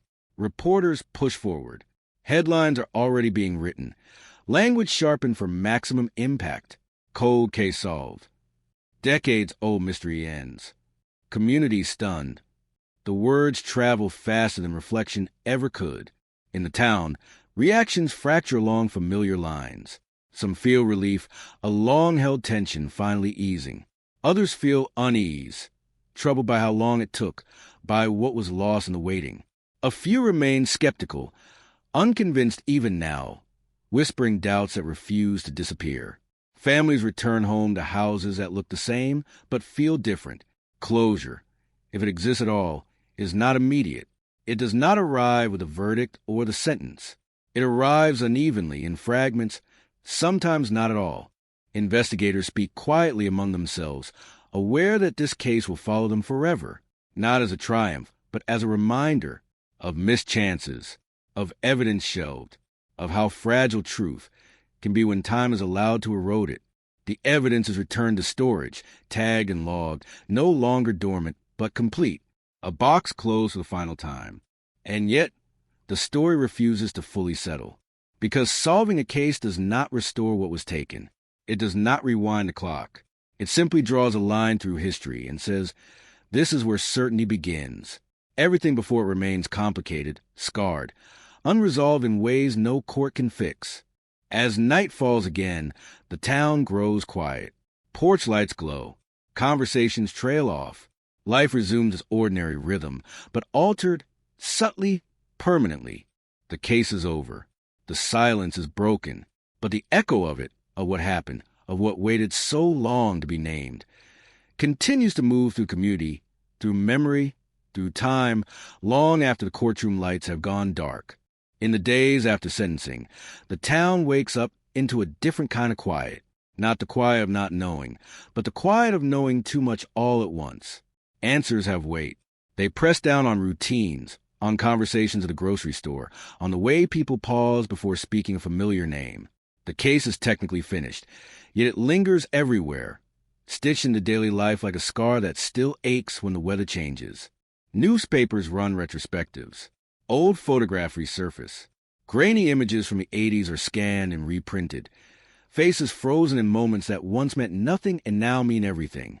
The victim's smile, captured decades ago, becomes a symbol of a life interrupted.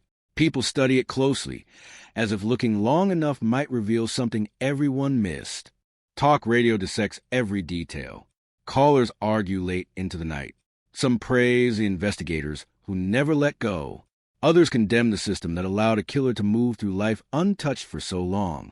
The same facts are reshaped into opposing truths, and certainty fractures again, this time along lines of belief rather than evidence. Law enforcement holds a final press conference. No celebration, no victory laps, just facts delivered calmly. They acknowledge the failures without dramatizing them. Evidence overlooked, leads that went cold, technology that did not exist when it was needed most. The message is careful. This case was solved not because the system was perfect, but because it evolved. Behind the podium, a detective who was barely out of high school when the crime occurred speaks about inheriting a file that felt heavier than its pages suggested. He talks about nights spent rereading reports, about the feeling that something small had been ignored. His voice tightens when he says that justice sometimes waits for the right moment to catch up with the truth. The victim's family releases a statement. It is brief, grateful, but not triumphant. They say the verdict does not give them back what was taken. They say it does not erase the years of not knowing, but it does end the guessing. And for now, that is enough. The defendant is transferred quietly to a correctional facility hours away. No spectacle, no final words. Just a van disappearing down a highway that cuts through open land, the same land that once felt safe, untouched by violence, unaware of what was about to witness. As weeks pass, attention drifts, new stories rise. Other crimes take the spotlight. But in this place, the case refuses to fade completely.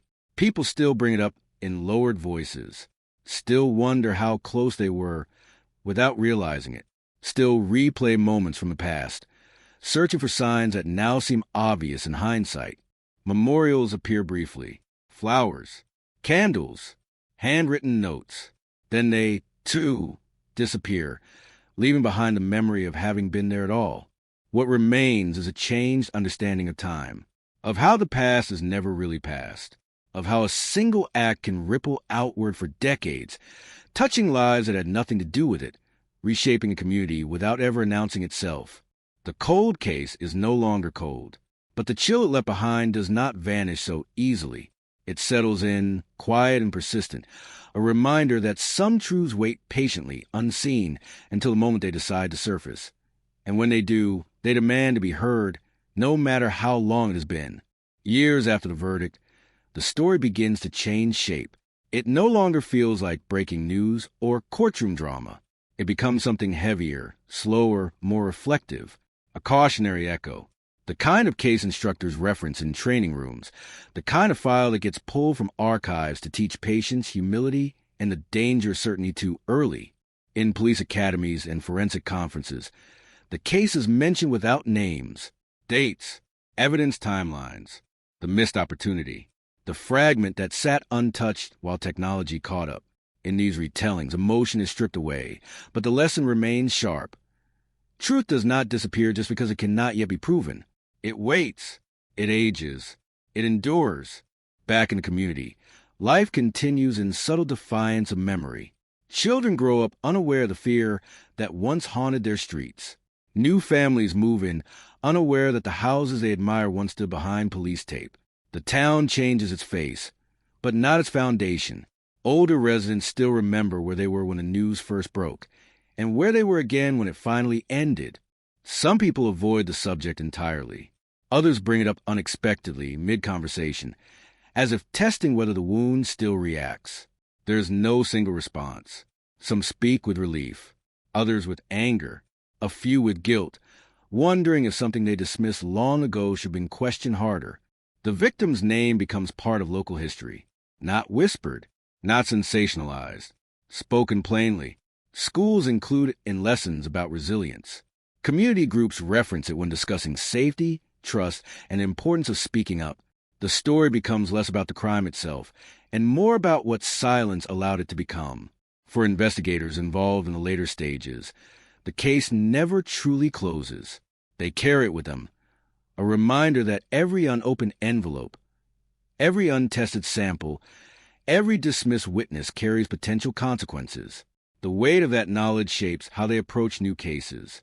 More cautious, more thorough, less willing to assume. Technology continues to advance, and with it, the reach of justice. Other cold cases begin to fall. Announcements come from different towns, different decades.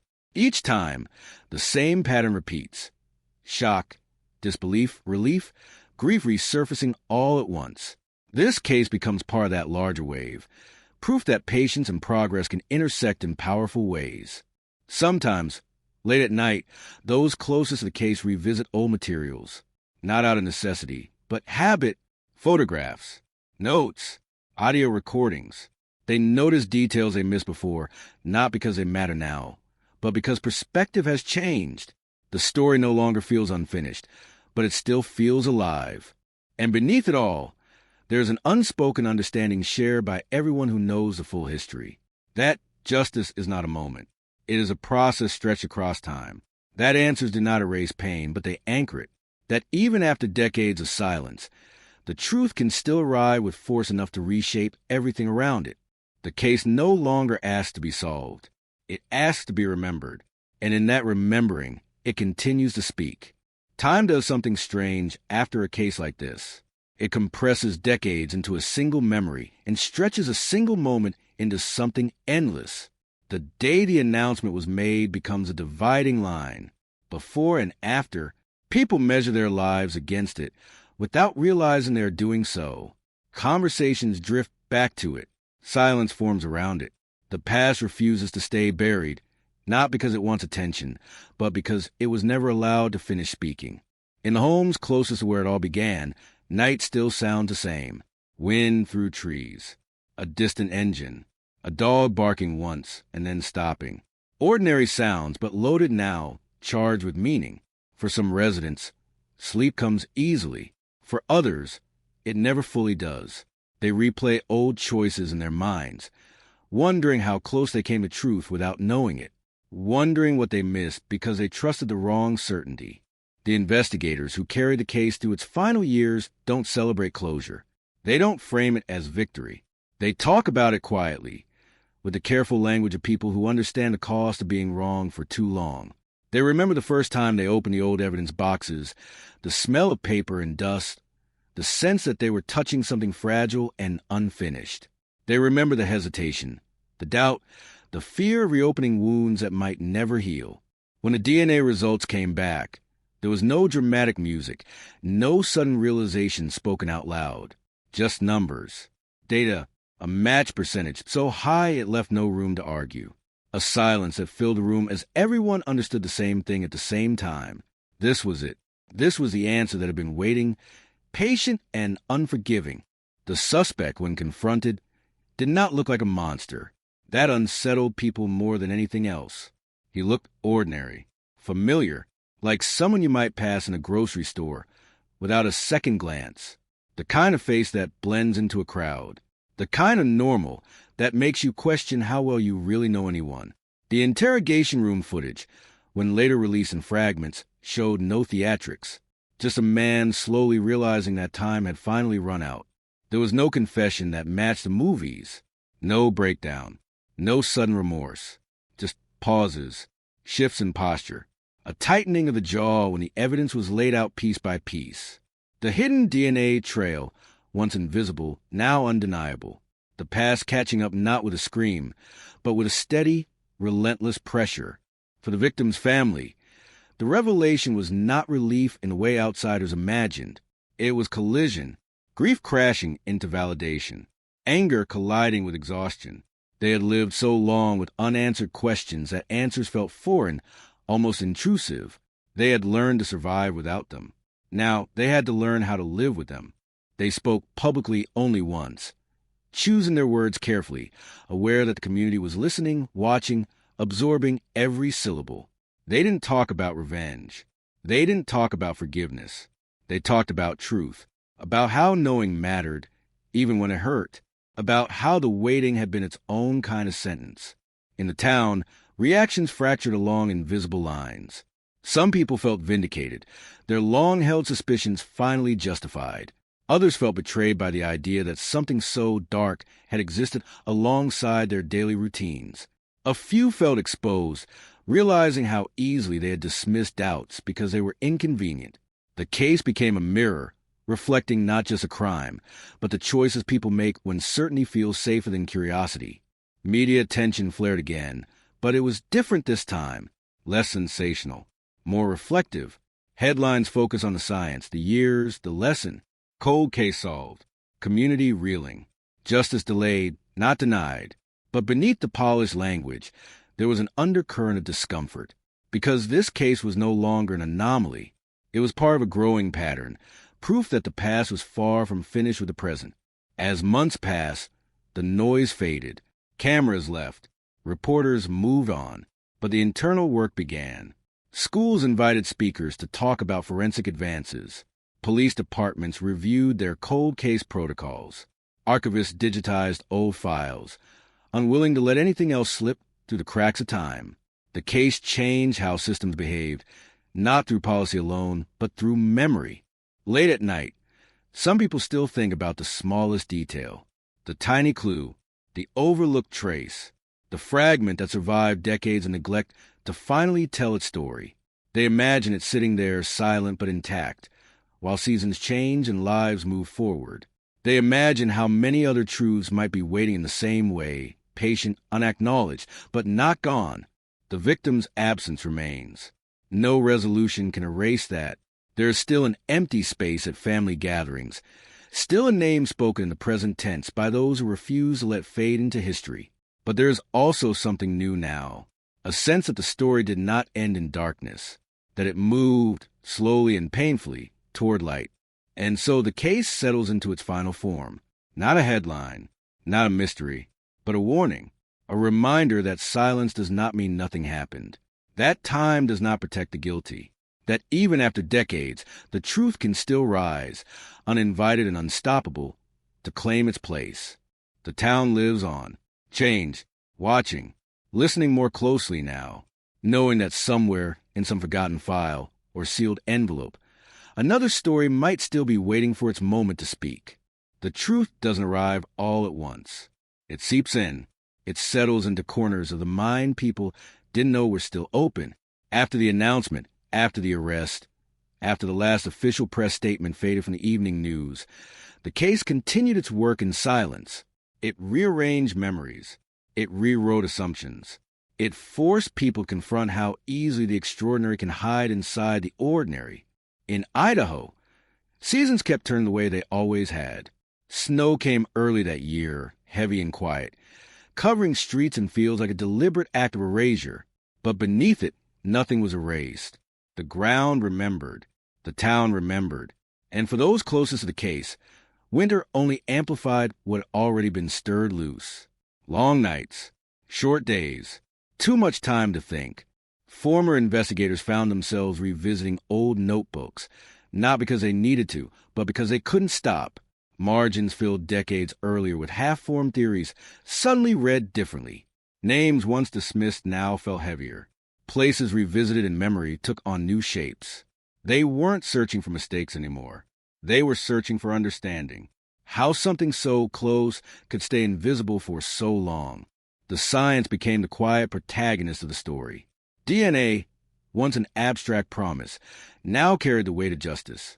Lab technicians spoke about the case in careful tones, aware that their work had bridged generations.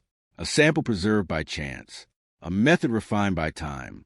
A database expanded by countless unrelated cases, all converging on one moment. It wasn't just technology. It was patience made tangible. Community meetings were held, not to discuss safety or policy, but to talk. Just to talk. People shared where they were when they first heard about the crime back in 1984. What they believed then. What they believe now. Stories overlapped and contradicted each other, forming a mosaic of shared unease. There was comfort in speaking aloud what had once been whispered. Some residents admitted they had always suspected something darker beneath the town's calm surface. Others confessed they had resisted that idea fiercely, unwilling to accept that violence could grow in familiar soil. The solved case didn't choose sides. It simply stood there, undeniable, forcing everyone to reconcile their version of the past with reality. The suspect's history was dissected slowly, cautiously, not to sensationalize, but to understand. Patterns emerged. Small incidents once deemed irrelevant now linked together with disturbing clarity. Nothing dramatic, nothing cinematic, just a series of choices that, when viewed together, formed a trajectory no one had recognized in time. It was the most unsettling revelation of all, the absence of obvious warning signs. For the victim's family, grief shifted shape again. They spoke privately about how the years of not knowing had hardened into something almost manageable. Pain had routines. Anniversaries had scripts. Now, with answers in place, those routines felt disrupted. Healing, they discovered, was not a straight line. It looped back on itself, revisiting old wounds with new context. They returned to places they hadn't visited in decades, not because they wanted to relive the past, but because they wanted to reclaim it, to stand where memories had frozen and let them thaw. Some moments brought unexpected peace. Others reopened anger they thought had faded. All of it was real. All of it mattered. The legal process moved forward with methodical restraint. Court dates scheduled. Motions filed. Evidence presented with precision. Free of drama, but heavy with implication. Observers noted how quiet the courtroom felt. No outbursts. No spectacle. Just a steady unfolding of a truth that had waited a long time to be spoken under oath. Outside, life continued. Kids rode bikes past houses that had once been searched. New families moved in, unaware at first of the history beneath their feet. Eventually, they learned. In Idaho, stories have a way of surfacing, not as warnings, but as reminders. This place remembers, even when it looks like it doesn't. Journalists return occasionally, not chasing headlines anymore, but context. They ask different questions now. Not just who did it, but how it stayed hidden. Not just what happened, but what was learned. The case became a reference point, cited in discussions about cold case units, funding, and the ethical responsibility to keep looking, even when hope feels thin. Late one evening, a former detective stood alone outside the old station building, long since renovated, almost unrecognizable. He remembered walking out those doors decades earlier with nothing but unanswered questions and the weight of the family's grief on his shoulders. Now, he felt something close to completion, not satisfaction, not triumph, just a quiet acknowledgement that the work had mattered. The solved case didn't bring celebration. It brought reflection. It forced the community to accept that justice can be delayed without being erased, but also that delay leaves scars. It reshaped how people thought about time, about memory, about responsibility. It reminded them that the past is not static. It waits. It watches. And somewhere in that waiting, another lesson took root. That truth doesn't need noise to survive. Sometimes it only needs someone, years later, willing to listen closely enough to hear it breathe. By the time spring arrived, the case had stopped being a headline and started being a presence. It lived in conversations that trailed off mid-sentence.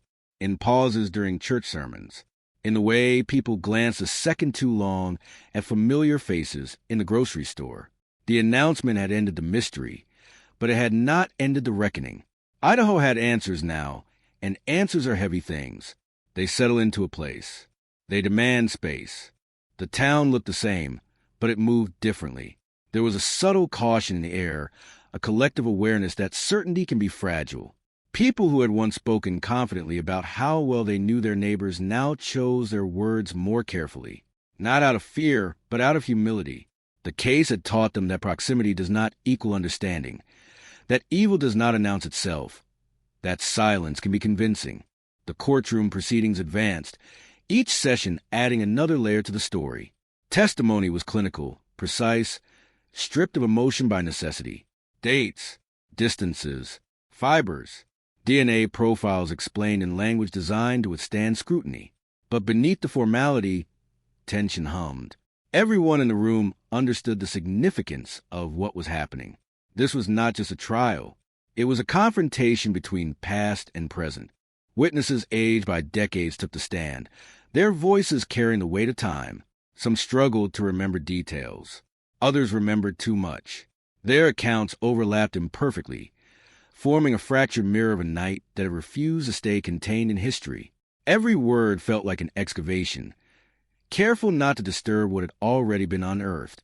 The defense leaned heavily on time, on memory's unreliability, on the idea that after so many years, truth becomes distorted. It was a logical argument, a reasonable one, and yet the evidence stood firm. Science did not forget. DNA did not reinterpret itself. The sample spoke with a clarity no human recollection could match, cutting through decades of doubt with quiet authority. Outside the courthouse, reporters stood in small clusters, speaking in lower voices than usual. There was no appetite for spectacle. The community had already absorbed enough shock. This phase was about confirmation, not revelation, about ensuring that the story ended not with drama, but with credibility. For the victim's family, each day in court reopened a door they had learned to keep closed. They listened as strangers discussed intimate details of a life interrupted. They watched as the person accused sat just feet away, older now, altered by time, but tethered unmistakably to that night in 1984. Closure, they realized, was not a moment. It was a process, uneven and exhausting. At night, the town grew quiet in a different way. The silence felt deliberate, almost respectful. People slept with lights off and curtains open, letting moonlight spill into rooms that had once held secrets. There was a sense of vigilance, not born of panic, but of awareness. The solved case had sharpened perception. Nothing felt entirely background anymore. Discussions about other cold cases surfaced naturally. If this one could be solved, what about the others? Old files were mentioned by name. Stories resurfaced. Families long resigned to uncertainty felt something shift. Hope is dangerous, but it is also contagious. Law enforcement agencies felt the pressure and the responsibility. The message was clear: don't stop looking. The technology that solved the case became a focal point of public fascination, not because it was flashy, but because it was persistent. Advances built on advances, small improvements, stacking over time until the impossible became inevitable. The case turned into a lesson taught in forensic courses, cited in conferences, referenced quietly by investigators who needed reassurance that patience still mattered. Yet, beneath the progress, discomfort lingered. Questions without satisfying answers remained. Why that night? Why that victim? Why did it take so long? Some questions resisted resolution, and the community had to learn to live with them. Solved did not mean simple. It meant different. One afternoon, a local teacher addressed the case in a classroom discussion about justice and history. Students who had not been born when the crime occurred listened with a mix of disbelief and curiosity. To them, 1984 sounded impossibly distant. The idea that something from so long ago could suddenly reshape the present felt unreal. And yet, it had. The teacher emphasized a point that resonated beyond the lesson plan. History is not finished just because it is old. It waits. It accumulates meaning. And sometimes it demands attention when least expected. The students nodded, absorbing a truth they would carry forward. even if they never thought about this case again. As the trial neared its conclusion, anticipation tightened. Not excitement, not relief, something more restrained. A collective holding of breath. People wanted an ending, but they also feared what that ending would confirm about their world. Justice has consequences, even when it is deserved. When the verdict came, it arrived without flourish. Words spoken calmly. A decision reached deliberately. The room absorbed it in silence. No cheers, no gasps, just stillness, thick and final. The law had spoken. The case had crossed its last threshold. Afterward, the town did not erupt. It exhaled, slowly, cautiously. Conversations resumed with a softer edge. The victim's name was spoken with care, no longer followed by questions, but by remembrance. The suspect's name faded quickly, replaced by a broader focus on impact rather than individual infamy. Memorials took on new meaning. Flowers placed not just in mourning, but in acknowledgement. Vigils held not out of desperation, but reflection.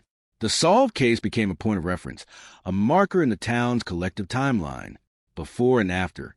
Not because everything changed, but because something essential had been clarified. Late one evening, as lights dimmed across the town, a sense of quiet persistence remained.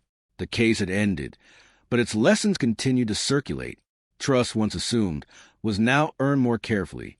Justice, once doubted, had proven resilient, and silence, once taken for peace, was now understood as something that must always be questioned. The story did not conclude with relief.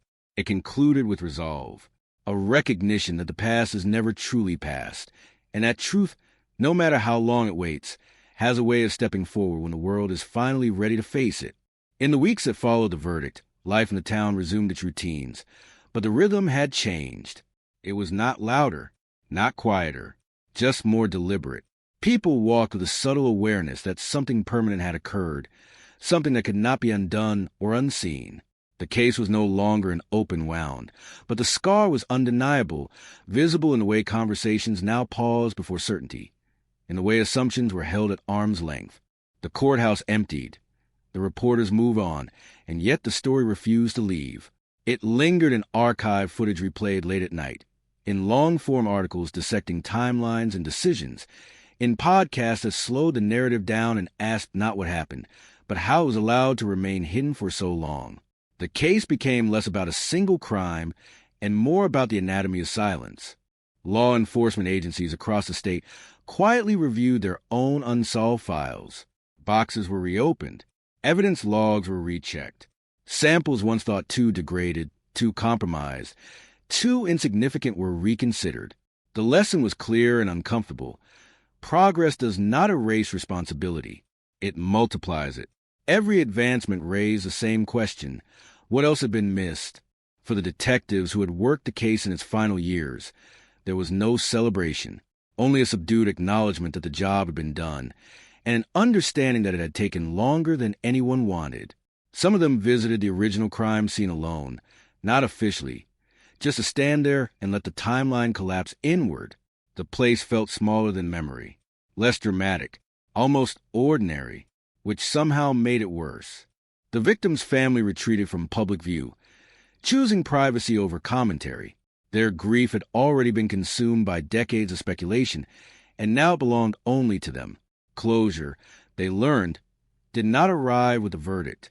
It arrived in fragments, in the quiet of mornings, in the ability to say a name without bracing for unanswered questions, in the slow reclaiming of a future no longer held hostage by the past.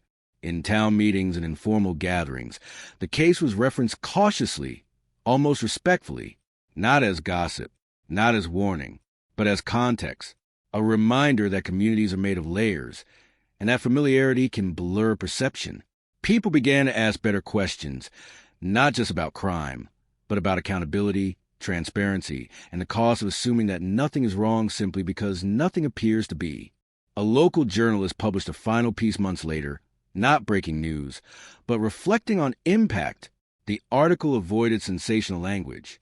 It focused instead on a long arc of truth, on how time could protect lies, but also exhaust them. The piece ended without conclusions, only observations. Readers recognized themselves in its restraint.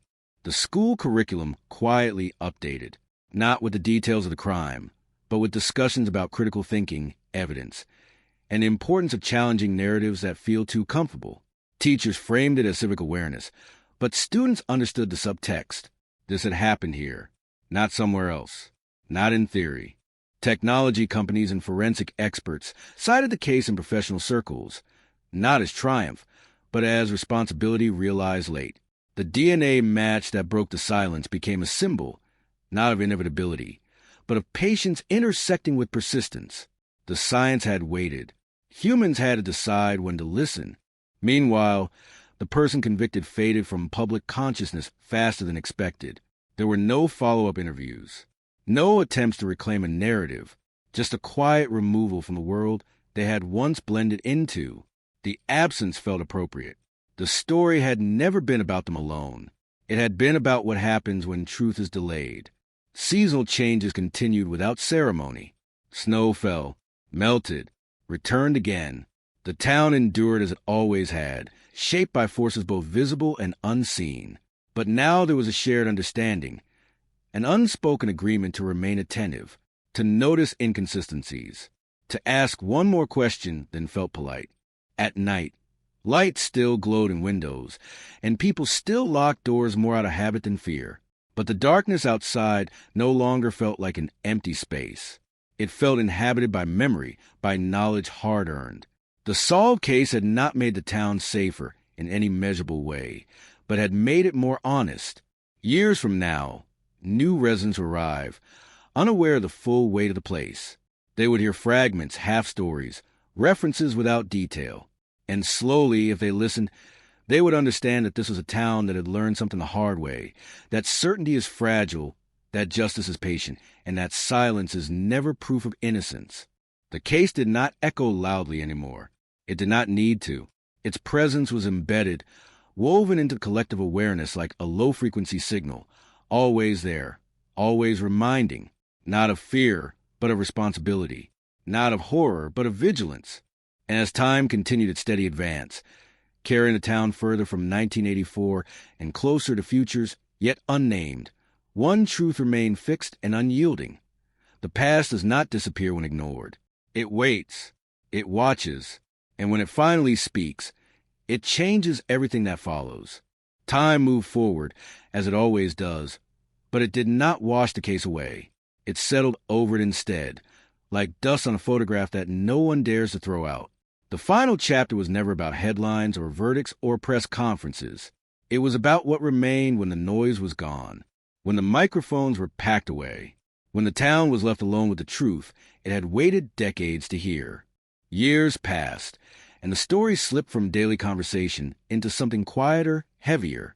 It lived in memory rather than speech, in the way certain streets were still avoided at night, in the way some names were never spoken casually, in the way people paused, just briefly, when discussing trust or safety or the idea that they truly knew their neighbors.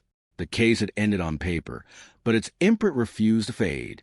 The evidence that solved it, so small, so easily overlooked, became a symbol of humility, proof that certainty can be wrong, proof that answers do not always arrive with urgency, but with patience.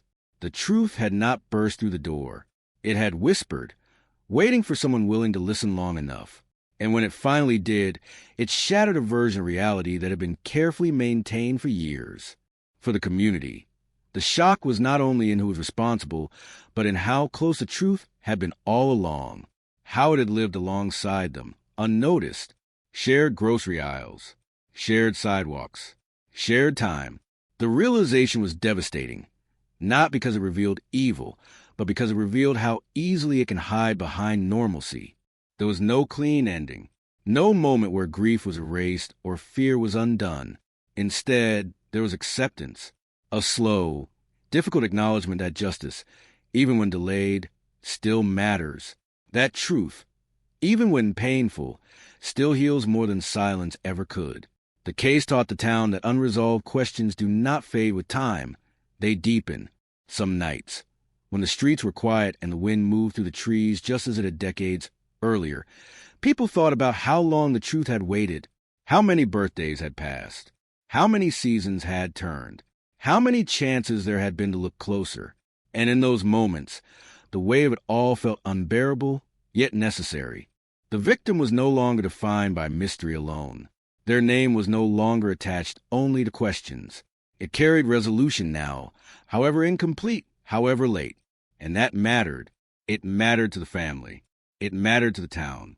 It mattered to the idea that even after years of darkness, light can still reach the past. The cold case was closed, but it left behind a warning etched into collective memory. That silence is never empty. That time does not absolve. That every unanswered question is a story still breathing, still waiting. And when it finally speaks, it demands to be heard in full. This was not just the end of a case. It was the end of denial, the end of comfort, the end of believing that the past stays buried if left alone. Because it doesn't. It waits, patient, relentless, until one day, without warning, decades of silence collapse into a single moment of truth. And when that moment comes, it changes everything.